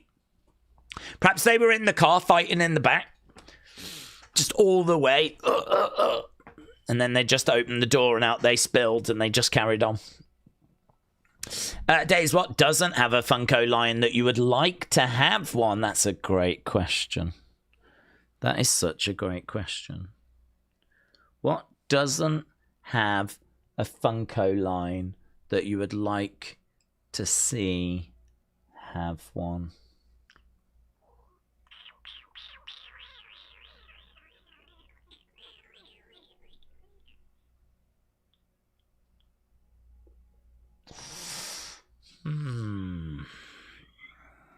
That's a great question. Because my first thought goes to sitcoms, so I think Only Fools and Horses and Frasier. Frasier's already got a line. I don't know that Only Fools and Horses do. Only Fools and Horses was a massive sitcom here in the UK. I mean, would get like 20-odd million views. Absolutely huge. And they do make figures of Only Fools and Horses, like bobblehead things. I don't. Maybe they've done Funkos. I genuinely don't know. I don't think so, though. I don't think I've ever seen them. Frasier they've done. Simpsons they've done. Wrestling they've done. So, I mean, we can't have any of those. So then I was thinking music, because I do love music. But, like, I don't know. How they've done music ones. But have they done, like, I don't know. Imagine Songs in the Key of Life by Stevie Wonder and then a Stevie Wonder mini pop in front. And then, like, What's Going On, Marvin Gaye, with a Marvin Gaye pop standing in front of it. Oasis, What's the Story, Morning Glory, or Definitely Maybe, and, you know, mini ones in front. That kind of a thing. I could collect those. They would look really, really smart with, like, the album work in the background. And they did something similar, didn't they, for WrestleMania. And they had like a Hogan standing in, but the backing was so big. I never understood it. I never understood why the backing was so big. And then the Funko, it was like, it's huge. Like, why don't you just make it smaller with a little mini one? And I don't know, like the scale of it just felt so wrong. So, yeah, I would probably go for that, actually. I'd probably go for that. Or you could do a different variation of wrestling where you have a back-in and, you know, maybe you have a graphic of WrestleMania and you have the two figures in front. I feel like they've sort of done that, though. But, like, Brett, Austin, WrestleMania 13. You know, Booker, Stone Cold, the Supermarket Brawl, like key matches. Something like that, maybe. It's a good question, that, though. I suppose part of me doesn't really know what they've made Funkos of and what they haven't.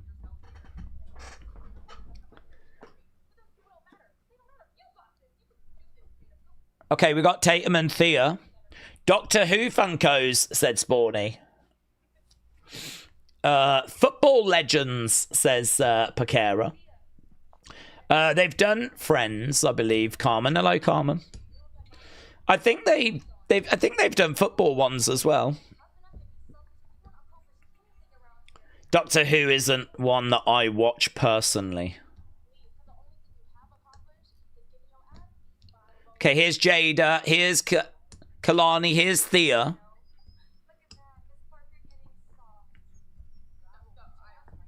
Have they done NXT ones?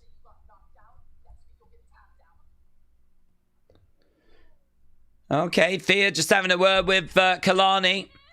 We're backstage with Fatal Influence.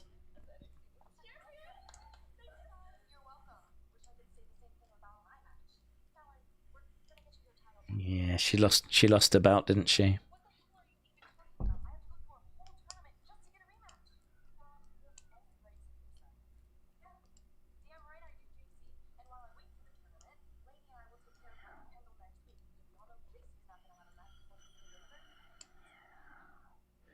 Ooh.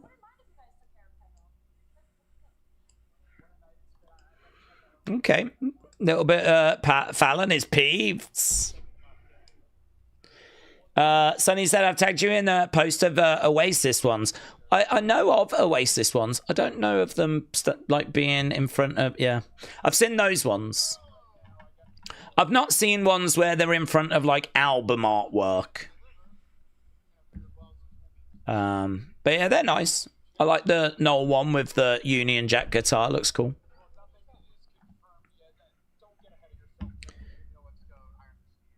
Okay, we got Birthright backstage. Got Miles backstage.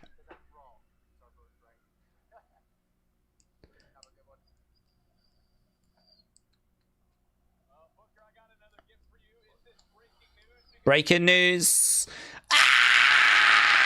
Sexy Red's back. Yeah.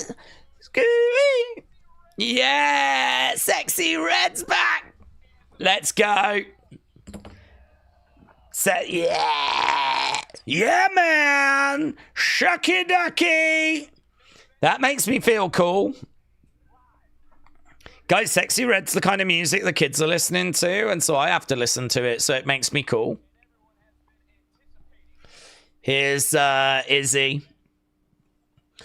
I think it's about time Fatal Influence break up, said Eric.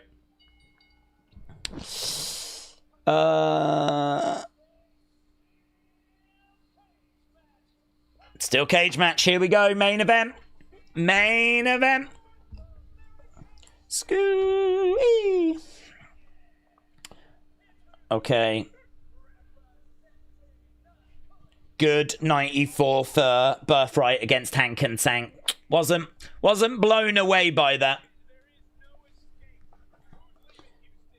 Izzy versus Tatum. 20 odd minutes on the clock.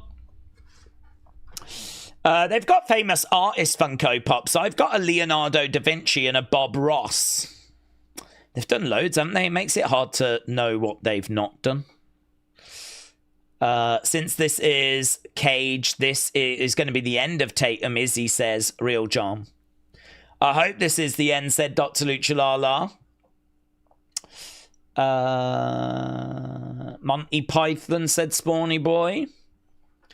I like Monty Python. I can't say it's one that I'd be clamoring for, but yeah. Have they not done any? Surely they have. Yeah, there are some Monty Python ones already. Yeah, God. I bet even they're sat there going, what have we not done?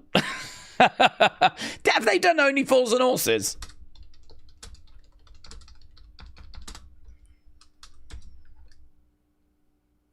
No. There we go. That would do well in the UK. But maybe not one that our American friends would care about.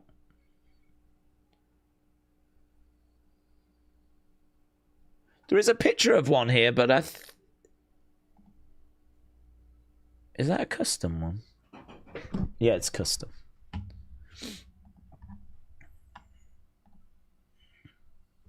Okay, we are at commercial break. Days, I went to UAW Local 551 Chicago, Illinois to see ARW Pro this past Saturday night. Marsh Rocket won the match against James Creed by DQ. James Creed retained due to it being a disqualification. Thank you, Carmen. That's our ARW Pro reporter there. Coming in, our ARW Pro correspondent, giving us all the latest news coming in.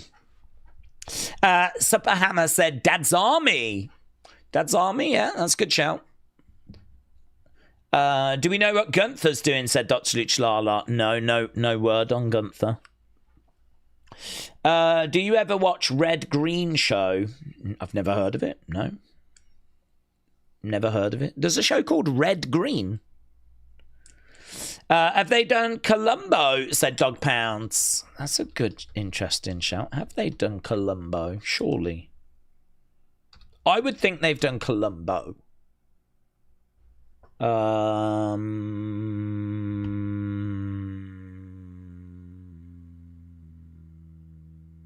It's hard to know if these are real or not. Maybe not, actually. Maybe not, because there is a couple, but I think they are all customs.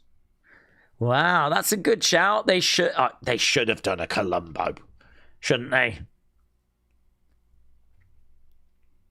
Yeah, no, I don't think so. There's a couple on there, but I think they're all just customs. Yeah, Columbo. Have they done Baywatch? Oh my God, I'm just like the official Funko checker now. Baywatch. Yes. Yes, we do have. They did, by the looks of it, at least two.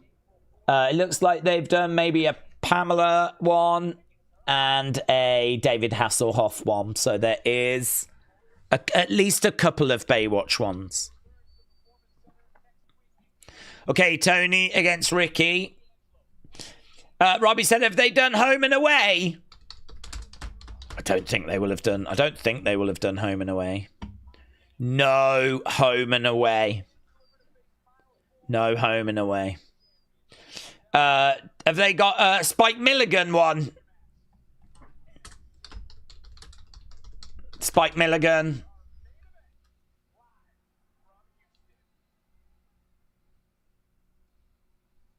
No Spike Milligan.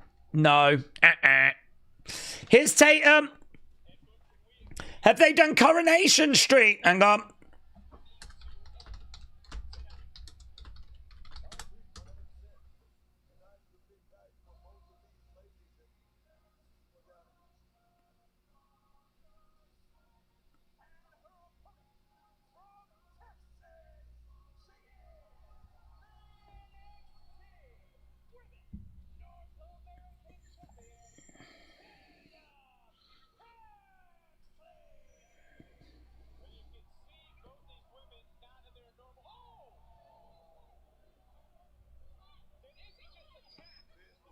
I think these are customs.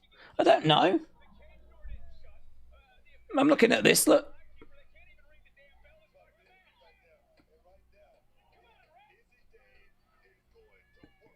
I think they're customs. I'm gonna say no. But there might be some coming out.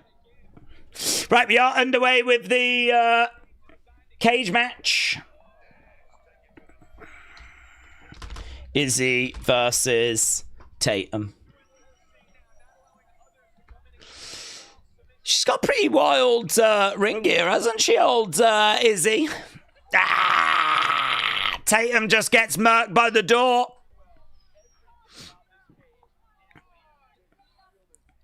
Okay, we haven't even got into the flipping ring at this point. Josh said that Gail Platt goes hard.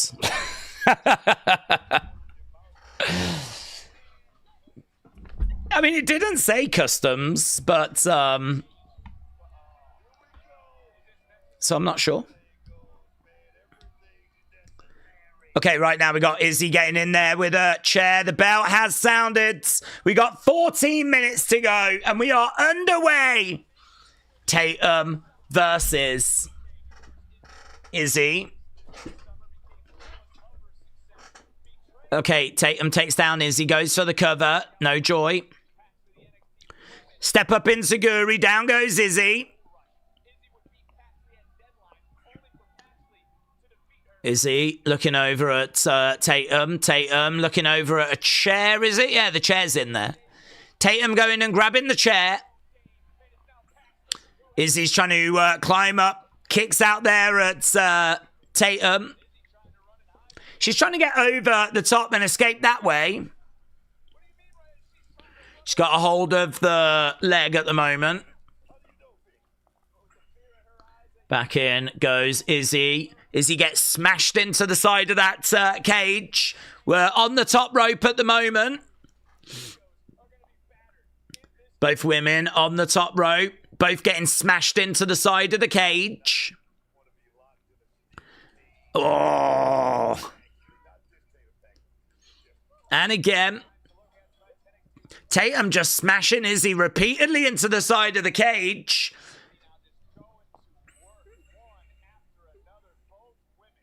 Both of these women. AB said, this is going to be a 10-star banger. Glockness said, we should have a new Funko line of celebrities that have been convicted of crime. Yes. P. Diddy. Jeffrey Epstein. You'd be a brave person, wouldn't you, to collect that line? Someone would. I wouldn't, because I don't like bad people.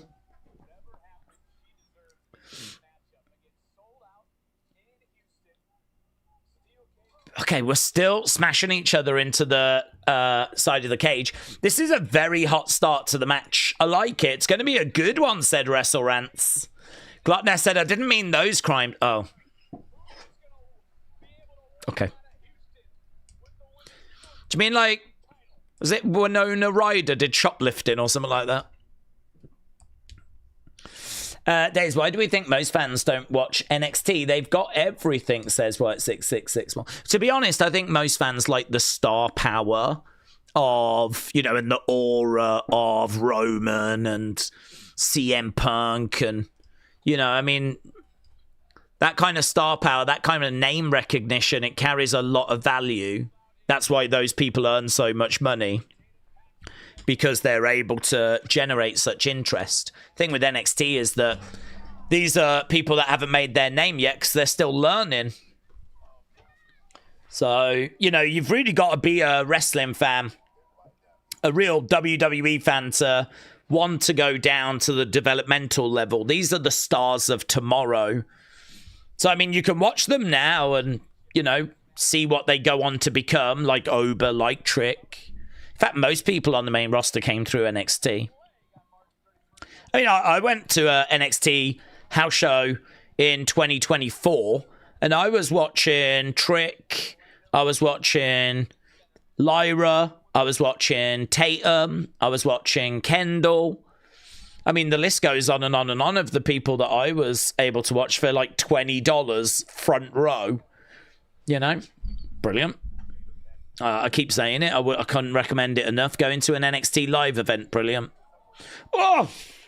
Tatum just gets thrown into the side of the cage, goes slumping down.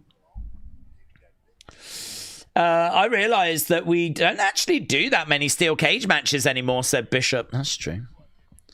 I do like a good steel cage match. Oh, Tatum bounces off the cage, bounces off the ropes. She's having a real rough time of it at the moment. Izzi goes over, grabs Tatum. What city was that? Oh, that was in Tampa. No, it was Crystal Springs, which I think is just north of Tampa. So, Crystal Springs, I believe it was called. I have been to a Tampa one, though, back in 2018. I saw Io, Kyrie, Shayna on that one. I think Keith Lee was on that as well. So I did. I went to a house show for NXT in 2018. Did it again in 2024. And if ever I go back to Florida, which I hope to, I will absolutely make sure it's a priority to go again. Bang. If NXT came to the UK, I would go. I would go. Bang. Izzi. Over the other side. Against the ropes. Drop kick. Into the... Wow. Drop kick there by Tatum. Izzi goes into the cage. Okay, we've got 8 minutes to go. 8 minutes. Brony said, I'm a diehard Roman fan. There's levels to being good at a promo, and Roman's mic work yesterday was awful. Punk's a masterclass. He speaks with such fluidity. There's no shame in losing on the microphone to Punk. Doesn't make Roman any less of a star. You know, what Roman has achieved is still incredible. He's still an S-tier talent. He's still one of the greatest of all time. It's a little bit like, you know, falling short wrestling-wise to someone like AJ Styles. I mean, yeah. I think it's very healthy, Brony, and very respectable and very respectful that as a diehard Roman fan, you can sort of say that. So I got a lot of respect for that. A lot of respect. Respect to you for that. But no shame in losing in a verbal exchange to CM Punk. Okay, right now we've got Izzi and we got Tatum sat at the top of the cage, exchanging shots back and forth. And again, back and forth at the moment. Both women, it's a lovely camera shot there. Lovely camera shot. How are they doing that? Is that a crane? How did they do that sort of sweeping up? It must be on a crane. Either that or it's a drone. Could it be a drone? Oh, that's a great shot. She smashes Tatum. Tatum's down, and then Tatum comes sitting up. Smile on her face. Tatum unloading on Izzi. Izzi going down. Izzi on the top. What's Tatum going to do? Big blockbuster off there, maybe. Suplex. I think it's going to be a suplex. Izzi has got Tatum. Oh, boom, it was. Massive suplex. Love the sell. Look at that by Tatum. So good. Big suplex. So Tatum goes all the way from the very top of the cage, crashing down right into the middle of the ring. Look at that. Look at that. Look at that. I love that sell. I love that sell. Crowd are chanting, this is awesome. Chair is still down in the ring. Oh, Tatum Paxley's mom. She didn't look that concerned. She was clapping along. I don't think she was that concerned. Izzi over into the cage. Tatum starting to get back into it. Oh, wow. Like a cat. Jumping up, climbing up. No. Great work there by Tatum. 1, 2. Kick out there by Izzi. This match carrying on. Yeah, they did just cut to Mama Tate. I don't think she was bothered.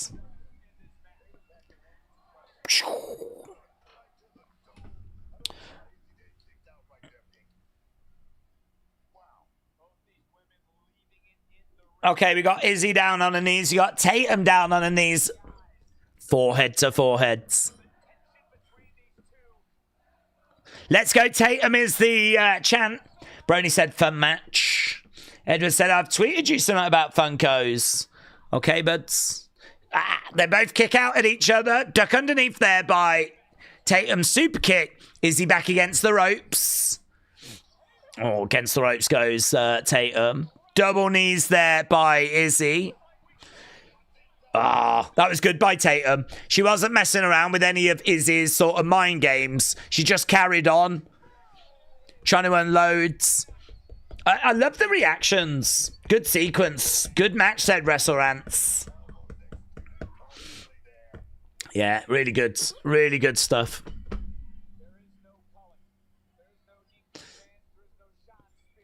Yeah, no culling. There is a steel chair, though. Is he charging over? Shot coming into the midsection. Shots coming across to the back. Tatum goes down.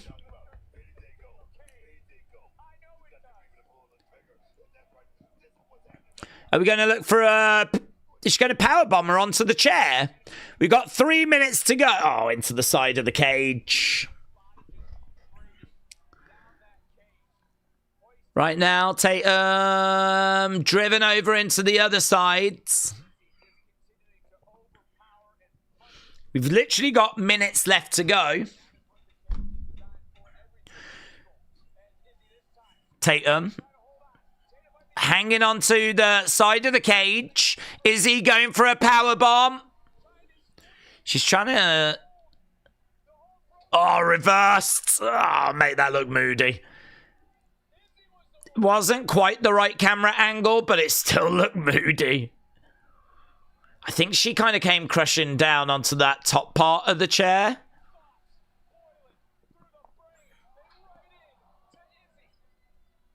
Tatum with Izzi. Cemetery drive. 1, 2, 3. Tatum gets it. Tatum gets it. Tatum retains, says Brony.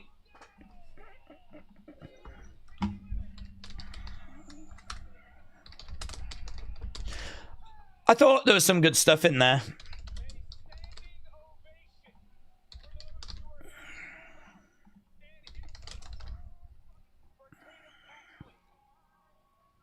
Tatum Paxley wins in the main events of this show, gets a win, and yeah, surely now can move past Izzi.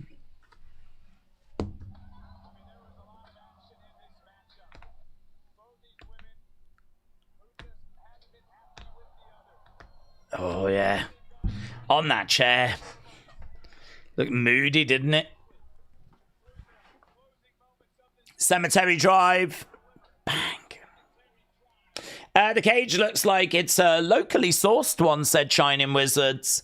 The standard NXT cage is the blue one they used last year in the Iron Survivor. I can believe it being locally sourced. Ooh, Blake has grabbed Tatum, dragged her down through a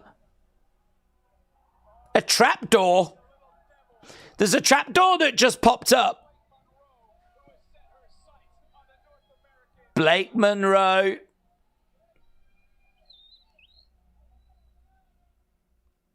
Blake Monroe, that was a bit weird, says Neil. Yeah, Blake Monroe. Just popping up through a trapdoor, dragging Tatum down into that. So looks like we're heading now into a Tatum-Blake Monroe feud, which I don't mind.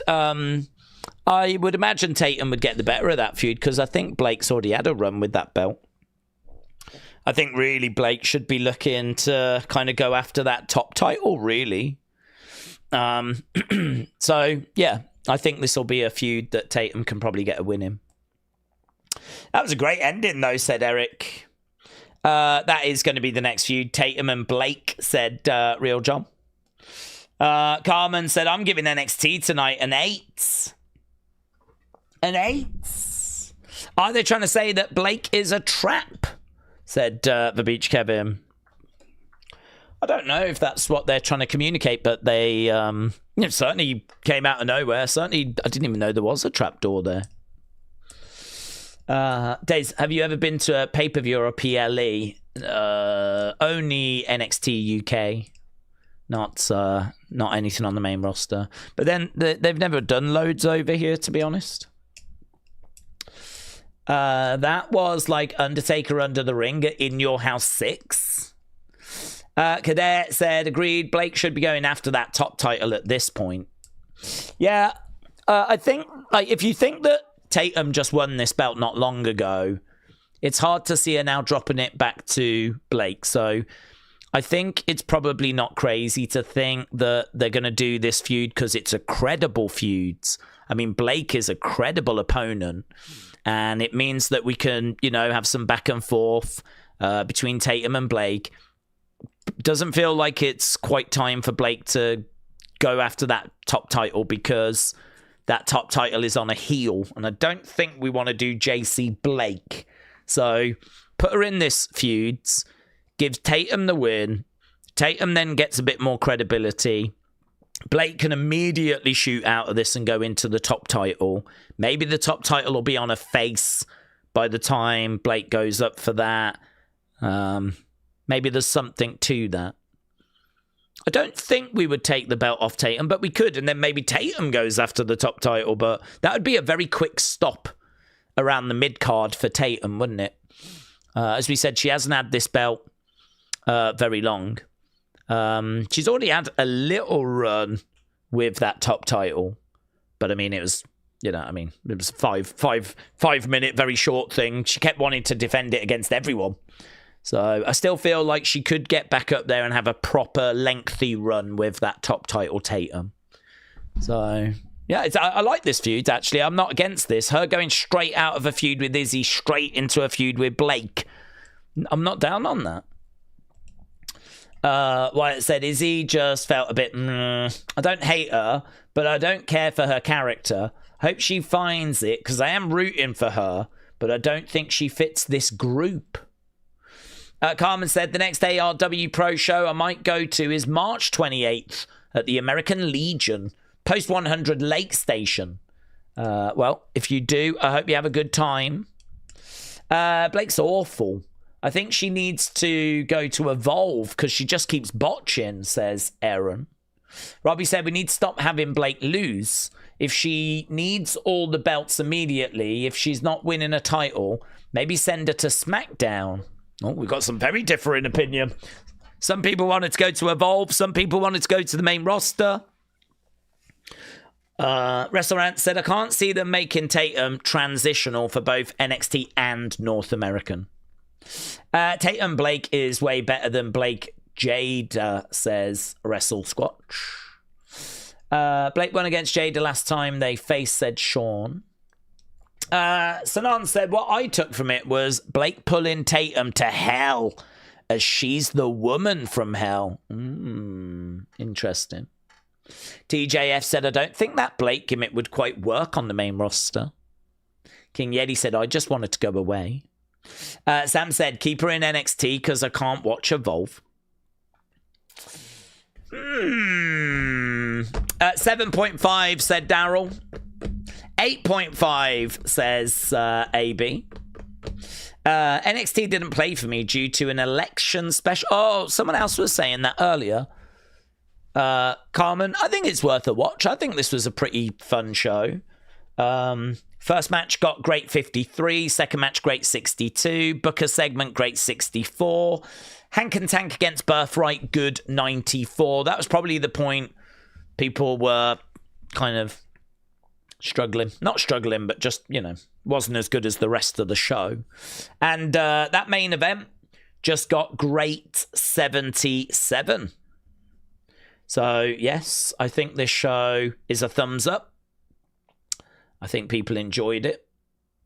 I enjoyed it. I don't know what I'd give it score-wise. I feel like I'm in the 7s. maybe 7.25 sort of range. Yeah, probably about 7, I think. I enjoyed it. I didn't really think that Tatum was going to lose that belt in the main event. I thought there was some nice moments. I was not a fan of, how we got to that triple threat. So I'm kind of more interested to see where we go now, to be honest. I'm definitely down for Zaria, Soul. I don't know what we do with Jacy, but I am looking at Fallon. She's just lost that belt and she's shown a little attitude. So that could be very interesting. Los Americanos Vanity Project was pretty firm. Booker T segment, I think, was really good. Low-key might even have been my highlight. The Booker segment. Might even have been my highlight. Birthright Hank and Tank was all right. It's acceptable. Yeah, I think it was a pretty fun show, honestly. I think it was a pretty fun show. TJF said, Daze, what if it was Birthright that was on the phone to Orton? That's been a big talking point, actually. A lot of people have got in touch saying about that who was on the phone. That's really worked. That's really caught people's attention. So lots of chatter around that. Here's Edwards. Edward said, I made you as a Funko. I think I smashed it. But if you want to buy it, it's going to cost £40. You have given me what looks to be like a grey beard. That doesn't feel accurate. So I'd say that probably needs to change. But other than that, I think it's pretty much bang on. Yeah. I'd say if we look at his eyes, it does look like all hope has been lost. If I look in his eyes, I can sort of see someone whose best years are behind them. And I think that's very accurate. I think you've nailed that. We've got the glasses, which I do quite lazily wear every day now. I do have contact lenses. I just can't be bothered to put them in. So that's accurate. That's a shame. I think you've got that wrong. It's the only thing that's let you down, really. The rest of it, though. Yeah, coat. Tend to wear that because I'm a boomer and I get cold easily. Beanie. You've given me some pretty sick shoes and what looks to be shorts. I mean, I can confirm I don't wear shorts very often, so that probably needs to change. But yeah, it's there or thereabouts in it. It's there or thereabouts. I look a little bit like Gandalf on the day off. Gandalf going for a run, which is the vibe I'm going for, actually. So I think it's very good. Very good. Wrestle Squash said, I'm going to give it an 8. NXT has been so much better since Ava left. It's a whole new show. Blake could challenge Flammer. I'd watch that match. Flammer has gone up so much in my estimation since that match with Bayley. I really enjoyed that match. And so I'm really, I want to see another Flammer match now. Yeah. Book a video package was great, said Real John. JC is kind of floating. The focus is on Soul and Zaria. Neither are the women's champ. Yeah, but there's got to be something tasty lined up for JC. I'm quite interested to find out what it's going to be, yeah. Samurai said, Blake Tatum is so much better for both of them. The Izzi feud was getting a bit old. Blake Jada just didn't feel right. Yeah, I like that development as well. There was some good stuff on this show. JC needs to drop the title. It's getting a bit boring. Blake Tatum is a huge dub, though. Izzy Tatum was getting old. Main event great. Robbie said it's a shame that Brooks Jensen can't get into Birthright. Like, what does he have to do? Oh, yeah, that's a good shout, actually. That's a good shout. He's doing some good work, though. He's been putting on some good matches in Evolve. Jadam said, I've only just learnt my dad passed away about 30 minutes ago. Stay safe. Good night. Jadam, I'm so sorry to hear that, buds. Jadam, just learning of his dad passing away. Jadam, I don't know if you're still around or if you've gone, but I'm really, really sorry to hear that. And I can tell you the thoughts of the community are very much with you, but that's horrible, horrible news. Oh, that's a downer, isn't it? That's a downer. I mean, horrific for Jadam, but yeah.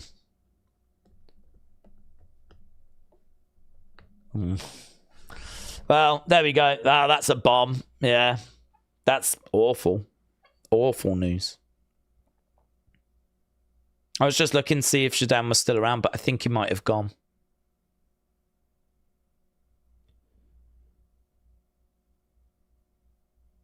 Yeah. I'm guessing it's probably gone. Horrific, awful. I'm really, really sorry to hear that. So obviously, Jadam will be in my thoughts. I'm sure will be in yours as well. And probably feels right to end the stream at that point. So a big thank you to everyone that joined us. I hope you enjoyed the show. I thought there was some real fun bits in there.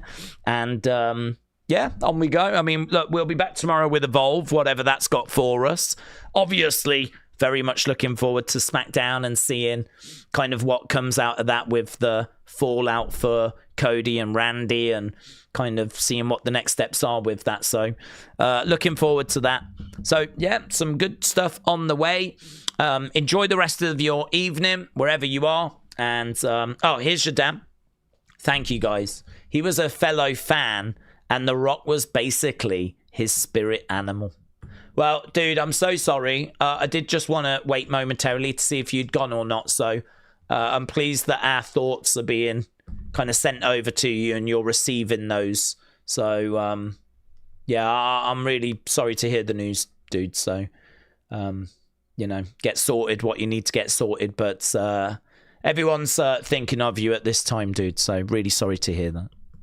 Right. Thanks for watching, guys. We'll see you next time. Bye for now.